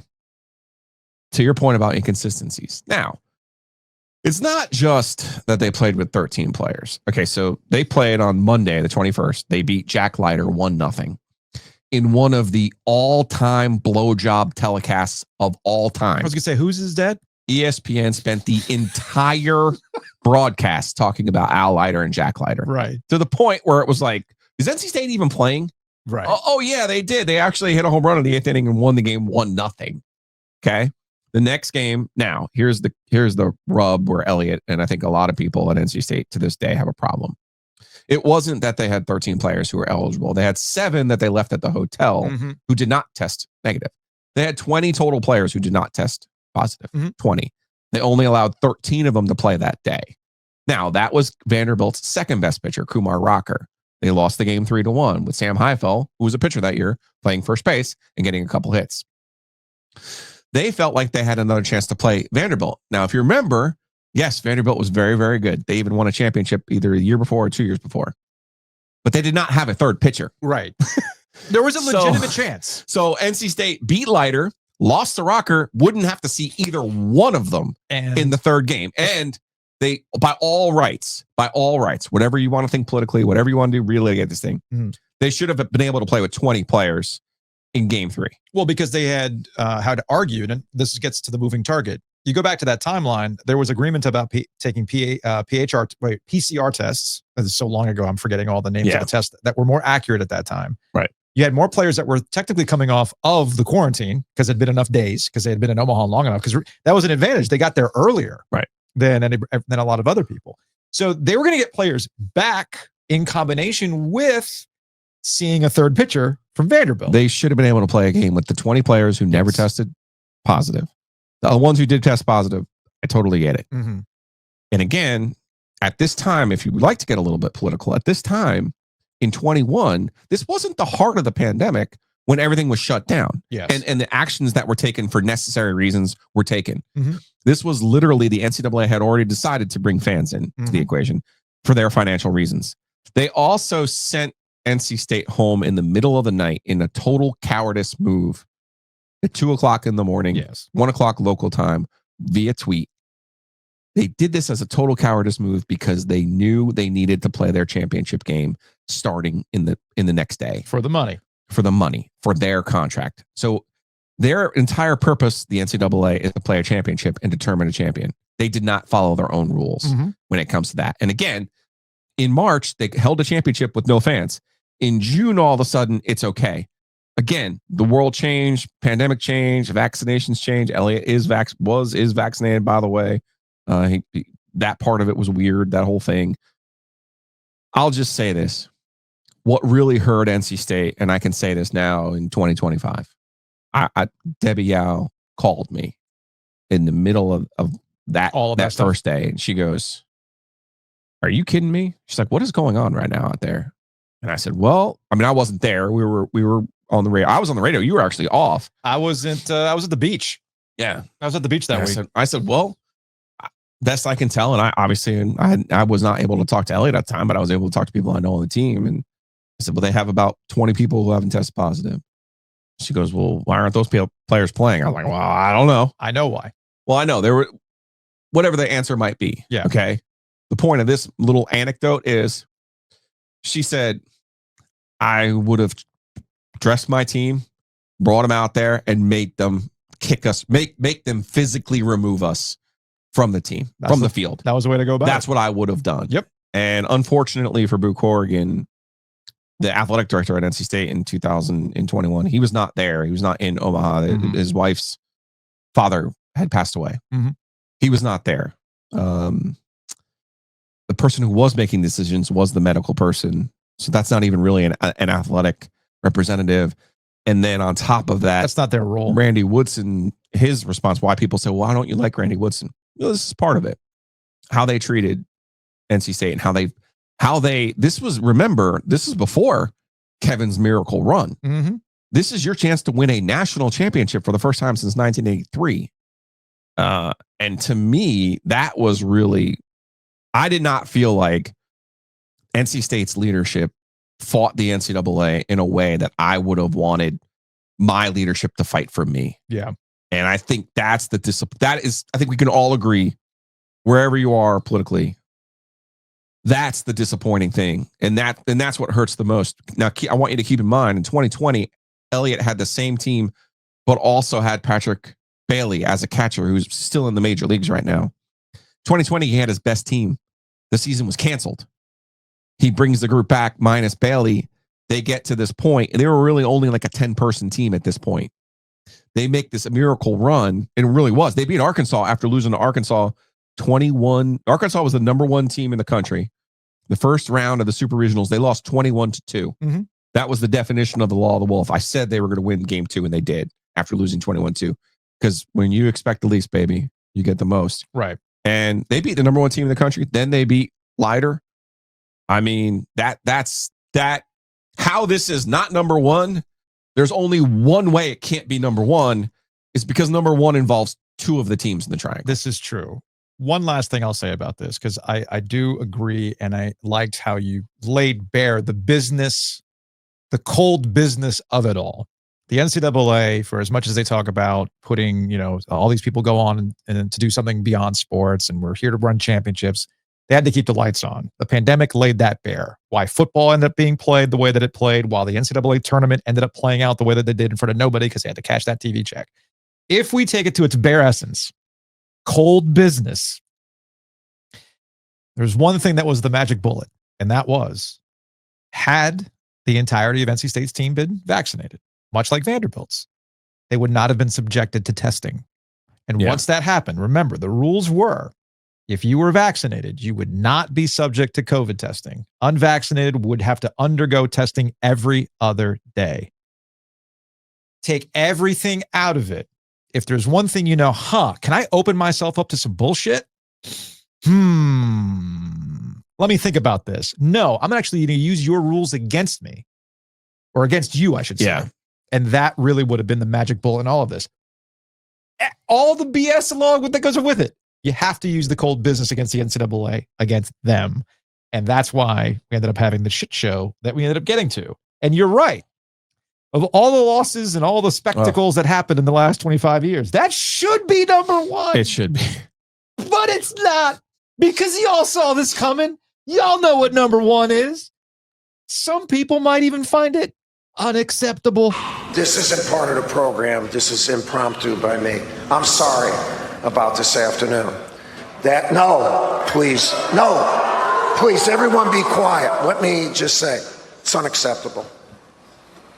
Today was unacceptable, but the season has been very acceptable.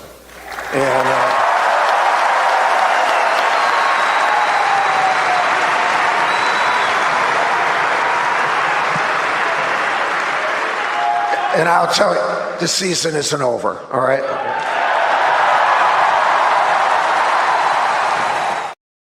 And Mike Krzyzewski was correct to a point. The season wasn't over. They ended up going to the Final Four, where they saw North Carolina again. And, of course, they get knocked out by North Carolina, which showed up in our honorable mentions. And a lot of people have been like, why is this not 1 and 2? And I think we did our best to try to explain why, as we've moved away from the 2022 Final Four, the loss to Carolina in the Final Four can be interpreted in all sorts of ways now. You can cope. You can take all levels of copium you want if you're a Duke fan. You can try to say, well, that was more about changing things over to John Shire and kind of cleaning the slate and all that, blah, blah, blah, blah, blah.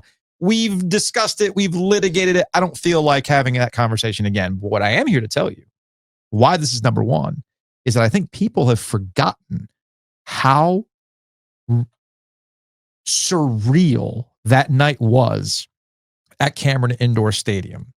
You got to remember that ticket prices for this game, I went back and I looked at some of the stuff from 2022, that final game. Ticket prices had not come down for that. Typically, ticket prices will drop just before you go in. Remember, there was this big Coach K retirement economy and how crazy ticket prices were for everything. The get-in price for that game at 5 o'clock for a 6 o'clock tip was still $4,000. That was the get-in price for that game. And if you managed to get in, you'd see Adam Silver and Jerry Seinfeld sitting next to each other. You would see this gigantic, just this array of Duke stars and NBA royalty and all sorts of other people. All that were there. like Thunderdome style, sitting behind the bench, almost like it was such, in retrospect, it was such a bad idea. Yes. Because while Duke beat Carolina 87-67 in the Smith Center on February 5th of 2022, you were setting yourself up for having this moment blow up in your face as spectacularly as it did that afternoon, March 5th. It was 1 month later, March 5th. They lost the game 94-81. It wasn't even close. It wasn't like a Jeff Capel miracle shot. No. It wasn't an Austin Rivers. It wasn't any of those things. This was sitting across the Duke bench on press row, watching all of Mike Krzyzewski's former players all wearing the same shirt, look in shock, just speechless as to what was unfolding. The famous Jay Williams call a timeout or something like that. But you knew the night was already going to be off to a bad start because all of the perfectly manufactured Mike Krzyzewski retirement tour stuff didn't even start on time. I had forgotten, because I was in the building, I had forgotten the broadcast got off to a late start. So you missed a lot of the spectacle because Kansas and Texas had been playing earlier and they went to overtime.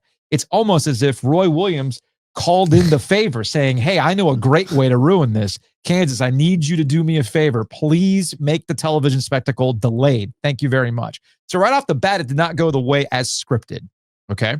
And you just said something that I think is the X factor in why this will always be, in my mind, a bigger deal than the Final Four, especially with Carolina losing the next game. This will always be a bigger deal. In the Final Four, man, that's just pure basketball. You got beat straight up. You had put this behind you theoretically. You had gone to the Final Four. You looked like you might be on the precipice. You could, all that kind of stuff. This was all the Krzyzewski family's doing. They didn't have to do this. They didn't have to have the retirement spectacle. They didn't have to put a group of freshmen with an already pressure-packed situation given more pressure because you got all these freaking Hall of Famers watching you. And you've put shame on the house of Cameron. So this was all within your control. And you decided, nah, We got to make this happen. And anybody who thinks, well, I mean, Duke wants to do this. I'm sorry. Mike Krzyzewski absolutely calls the shots at the situation. If Mike Krzyzewski tells Duke, I don't want to do shit, who do you think's going to listen? They played Florida State on February 19th. Could have done all this stuff against Florida State. Had the warm and fuzzies, done everything you want. And that's him not putting the last bit of respect on that rivalry. And I'm going to tell you the real reason this is number one and the other one isn't even in the top 10. Mm-hmm. Because if Carolina had lost in the Final Four to Duke and Duke did not win the national championship, just as Carolina did, if it had been reversed, you still have the ultimate mic drop by saying, we beat you in his last game at Cameron. We ruined your party. Pissed in your cereal. Yes. We did that. Us. You got that man so mad that he went out. Like, I honestly think people have forgotten how, again, I walked back out. I wanted to see this. I wanted to see how Mike Krzyzewski was going to handle getting to the microphone, sitting there in that shit. Think about this. Yeah. In the Final Four, you lose, you shake hands, you're back in there. You're on the golf there's cart. some pictures of you on the golf cart. No. You had to sit there and stew in that shit, waiting for, all right, Mike, it's time for you to say something nice. This isn't part of the program. This is impromptu by me. I'm sorry about this afternoon. No, please, everyone be quiet. That man told you to shut the fuck up. You did. Okay? And in his moment about me, my career, I'm telling you, the fans, buddy, I don't love you the way you think I love you. Shut the fuck up. All right? That laid bare everything. And I think we've been so caught up in the Final Four that we've almost forgotten how much of a spectacle that was and how embarrassing it was for that man to have to sit there while everybody's trying to give him the, it's okay. It ate at him. It ate at him so badly, he told you to shut the fuck up. Pretty incredible stuff. I also think it's important to understand why it mattered in the way that it did. It wasn't just the spectacle of it, Joe. When Mike Krzyzewski was hired in 1980 by Duke, you got to remember, yes, Duke had some success in the ACC. They had never won a national championship before. Okay. Duke was chasing Dean Smith in North Carolina. And for the first 5 years of his career, the first 3, people thought he was going to get fired. Okay. By the first 5, it becomes, what is this guy? It became a maniacal pursuit of Mike Krzyzewski to catch Dean Smith and to catch North Carolina. Okay. Not only did he do that, because he then won more games and more titles than Dean Smith. Mm-hmm. He then, if you combined Roy Williams and Dean Smith's titles, he has as many. Okay. So not only did he break the machine and build a dynasty, he was able to top it, which is really hard to do. John Wooden didn't have to knock anybody down to build his dynasty. Okay. He didn't have to go through anybody to build his dynasty. Dean Smith didn't really had to get through state, but it was pockets of state, right? Mike Krzyzewski had to go through the man, and he not only got through him, he was able to have a measure of success against the sequel as well in Roy Williams. And I want to show you this. I wrote this down because I think this explains a lot when people are like, oh my God, you hate Duke. It's like, well, no, I have problems with Duke fans. I don't hate Mike. Okay. But I think this is important. This is important context. Okay. This is the chart. I'm going to read you the chart. In 1990, when Jim Valvano was fired, 1990, here are the standings. You ready? Mm-hmm. North Carolina has 11 ACC titles, 9 Final Fours, 2 national championships. NC State has 10 ACC titles. Keep in mind, ACC titles are winning the ACC tournament. You're the ACC champion when you do that. 1990, Jim Valvano's fired. Carolina 11-9-2. State 10-3-2. Near equal footing, obviously, in championships and ACC titles. Duke in 1990, when Jim Valvano retired, had 8 ACC titles, so fewer than State and Carolina. 8 Final Fours, obviously more Final Fours than State, but fewer than Carolina. 0 national championships. In 2022, when Mike Krzyzewski retired, he had 21 ACC titles. 21. 17 Final Fours and 5 national titles. That's now Carolina's at 18, 21, and 6. And State, of course, stayed at 10, 3, and 2. So Mike Krzyzewski went through the dynasty to build his dynasty, and you will search very long and hard to find someone who did what he did. And I do genuinely hate how it ended for him with those twin losses, because it did diminish for a short period of time. And I think we'll start getting there a little bit more about repolishing and refiguring and re-understanding what he actually did. A lot of that's tied to John Shire and how he does. Correct. But don't ever forget these numbers from 1990 and where they finished in 2022. He was a one of a kind. He was someone who did, and he did it his way at a time when it was Saint Dean, and Dean got all the credit for everything, and Mike never got credit for anything in those early days, even to the point where he was like, how am I supposed to win when this guy gets the officials and all the calls and everything else? And then he became that. But he also he reconciled with Dean. Of course. And he had a great respectful relationship with Roy. That's a personal relationship. But that kind of changed how the dynamics of that rivalry, to the point where you've even said they gotten too comfortable with each other, Duke and Carolina. Again, these are things that make it so that loss is worse than the Final Four. Yeah. Because I was just about to say, I think Mike forgot that this rivalry, as cordial as it can get, and how you can get to a point with Dean Smith, you can have a good relationship with Roy. You look at this attitude of, these two teams rise above in college basketball to be this great spectacle and all this kind of stuff. Hubert Davis did not give a shit about that stuff. Those players did not give a shit about that stuff. And he put his players in a bad position to end up having that embarrassing loss. And you could tell that's why this matters more to me than the Final Four. You could tell that all that started a process with him. They were like, did I do this wrong? Did I have my team prepared? Was this too much? All that kind of stuff. And I know some of this stuff was outside of his control. You know, people will tell you that Mike Krzyzewski wasn't the one that was signing off on all this retirement tour stuff. It was more of a Mickey and the daughters type thing. To your point, getting him the proper flowers and contextualizing who he was as a Hall of Fame basketball coach and stuff like that. But he still had the ultimate say. Yep. He still had the ultimate say. And if it was about winning, I bet you he would probably go back and want to redo that all over again. And that's why this one matters way more to me, or I think is a worse look. And as we get further away in time, you'll go back and see just how embarrassing it was. Losses can sting. And they're going to stay with you.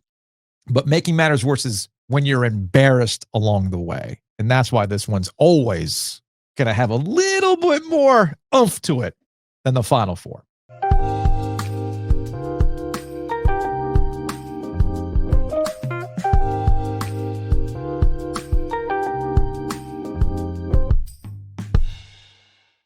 This was completely unintentional. We happened to take a hockey break in the middle of our top 10 losses of the last 25 years in Triangle Good History. Let's take a break. Let's take a hockey break. Brought to you by Happy and Hill. So I reset my body yesterday, Joe. Look, I'm just saying. I don't want to, I know we're talking about food and I'm not trying to like discuss people here. And I'm sure that Tyler's going, where the hell is this going, right?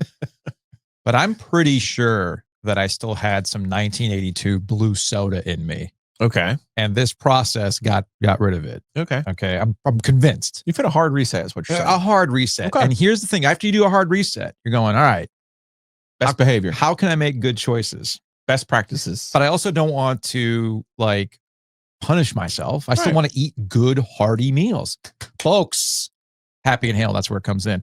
Download the app today. Happy Inhale. Use our promo code OG25. You're going to save 25% off that order. Take a screen grab of it. Send it to us. We have our black card still. And that'll give you 20% off for life. We're talking incredible bowls. You can mix in however you want. You can add, take out. It's very, very customizable.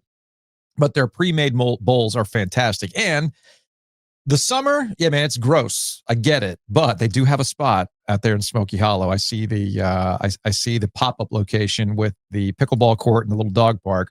And you can take a little break from work by heading out there, checking it out, and the bowls are just $10. What a deal. The best deal in town. An incredible deal. And if you're like me and you're going to say, I'm going to make good choices. Well, Happy and Hail is going to help you out on making those good choices because they're fantastic meals over at Happy and Hail. Big thanks to our guy, Matt Davis, State Farm. You can check him out, insuregarner.com. Call him at 919-779-8277, insuregarner.com. We're sitting here talking about good choices. You got to make good choices on who you decide to do business with when it comes to your home and auto. Not only is it about saving money, that's obviously key here, but it's also customer service. People who live here, people who understand, and people who are going to work with you. And that's customer service with Matt Davis at State Farm. Kind of like when you said, hey, Matt, I forgot to add my son to the list of coverage. What do I do? We have a license test. What do I do? Up. Can you help me? Yeah, yes, you can. Yeah, yes, you can. Give him a call, 919-779-8277. Big thanks to the Butcher's Market. Check them out online, thebutchersmarkets.com. Not only do they have the meats, they've got the sides, they have everything you need to grill. They also have beer and wine, and you know who will be carrying the next canning run of OG Light? Our friends at the Butcher's Market.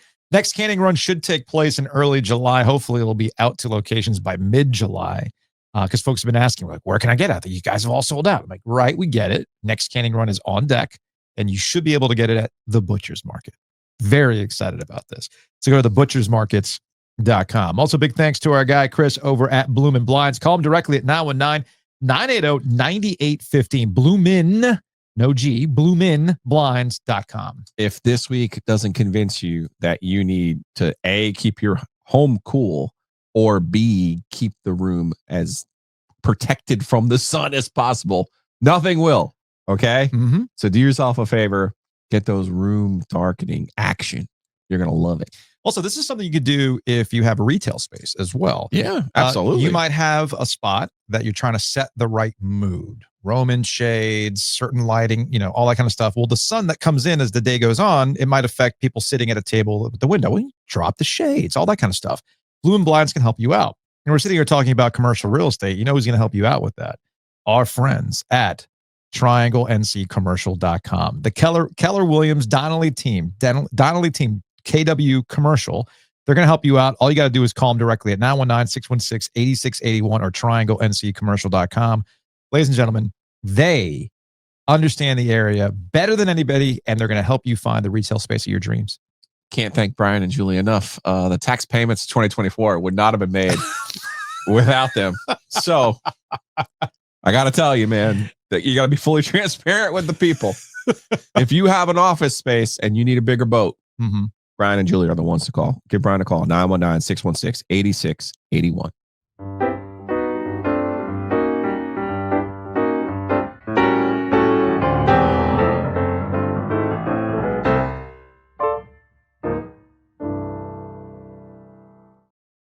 Well, that was fun. It was worth the payoff. I'd say so. Yeah. I think so. Yeah. Just get it out of your system, right? A little cathartic. Yeah. Now we'll move on to other things. Maybe we'll do something positive next. Coaches, right? Is that what we're doing next? When we come back from no, War Machines, because you're not. That's here. right. I'm not here, so we're gonna do War Machines. That'll be positive. Those will be some warm and fuzzies, right? Let me tell you the case. Although something tells me we're probably gonna get more phone calls about this than we are anything else that we do in a brief history of Triangle Good. 919-444-2211. Call the OG Sports phone and curse or don't. Like I said, we've received a lot of phone calls about this. Let's go to a 919. What's up, Joes? I'm a little late on this, and I'm not sure if y'all already talked about it, but as far as losses that definitely hurt and feel like a squandered opportunity, I haven't heard anyone mention the Kobe White year loss to Auburn in the tournament where everybody had the flu. It felt like that team could have gotten it done and then just laid an absolute egg against Auburn. That one still hurts today. Love the show. I guess that goes in the great pantheon of the what ifs. I will say there's probably a separate conversation about that particular Carolina team in that it was also the Zion year. And that was the time in which I hammered this point that plucky old little forgotten about North Carolina is pretty darn good too. And that Kobe White is as electric. If it had not been for Zion completely taking over everybody's fascination with his spectacular plays, Kobe White would have been the face of college basketball that year, because he was so much fun to watch. He was a joy to watch. He had a great personality and everything else.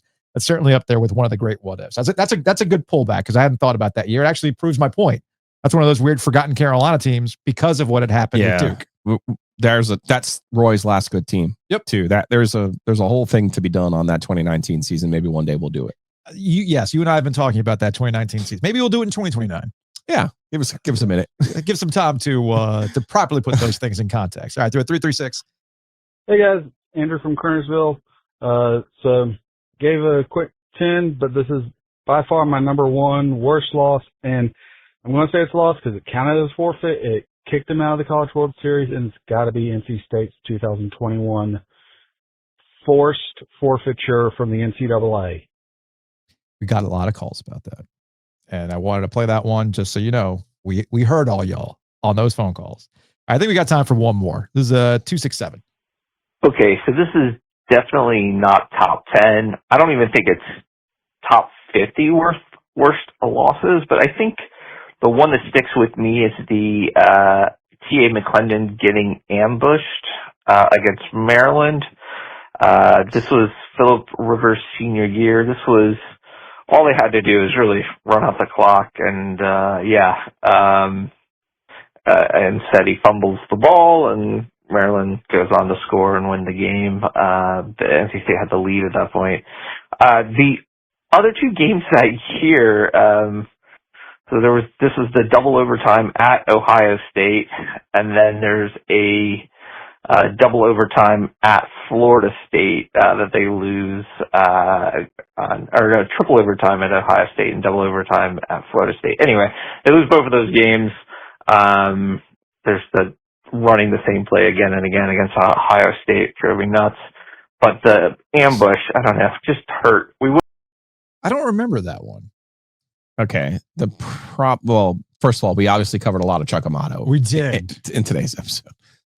But what happened in 2003 was a definition of NC State shit. Okay. They retired Phillip Rivers' jersey before the game. Thank you. Speaking of, you talk about Duke making mistakes against Carolina. You're right. NC State doing this whole thing with Phillip and Tiffany, his wife, and then there was the baby on the field and this and that. Yes. And they proceed, of course, they're playing Maryland.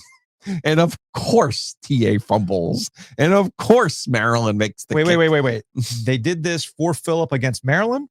Yes. Yeah, we could have called that from the jump. The man never beat Maryland, even when he's not playing. And again, this doesn't make any of the lists because State was 7-5 that season. I see. It was a complete and total. Same with the Ohio State game. Memorable moments. If we had to do this again, maybe we have 10 memorable moments. Maybe we have 10 losses. But maybe. Memorable moments would be the Ohio State game, the triple overtime, the Noel Red Zoney offense. Geez. We'll do that in 2050.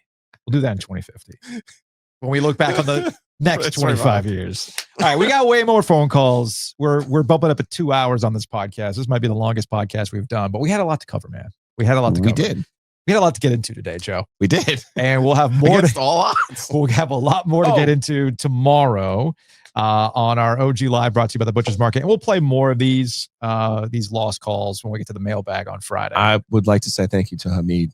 Yes. These cups. Cups are amazing. He goes, hey, I got these cups. And he goes, they're the 7-Eleven or McDonald's ones. And I was like, oh, yeah, I'll take those. Like NBA players, Larry Bird. I get Jordan's up on your wall now. And then he goes to the trunk and he goes, I also got these Slurpee Star Wars cups. I know Ovies likes Star Wars. Do you think, dude, he'd want these? Those Revenge of the Sith. And I said, yeah, man, you underestimate my power. I mean, thank you for those cups. Yeah, and they're safe travels to the DR, babe. Absolutely fantastic. All right, that's going to wrap it up for today's show. We'll see you for an OG Live tomorrow at 2:00.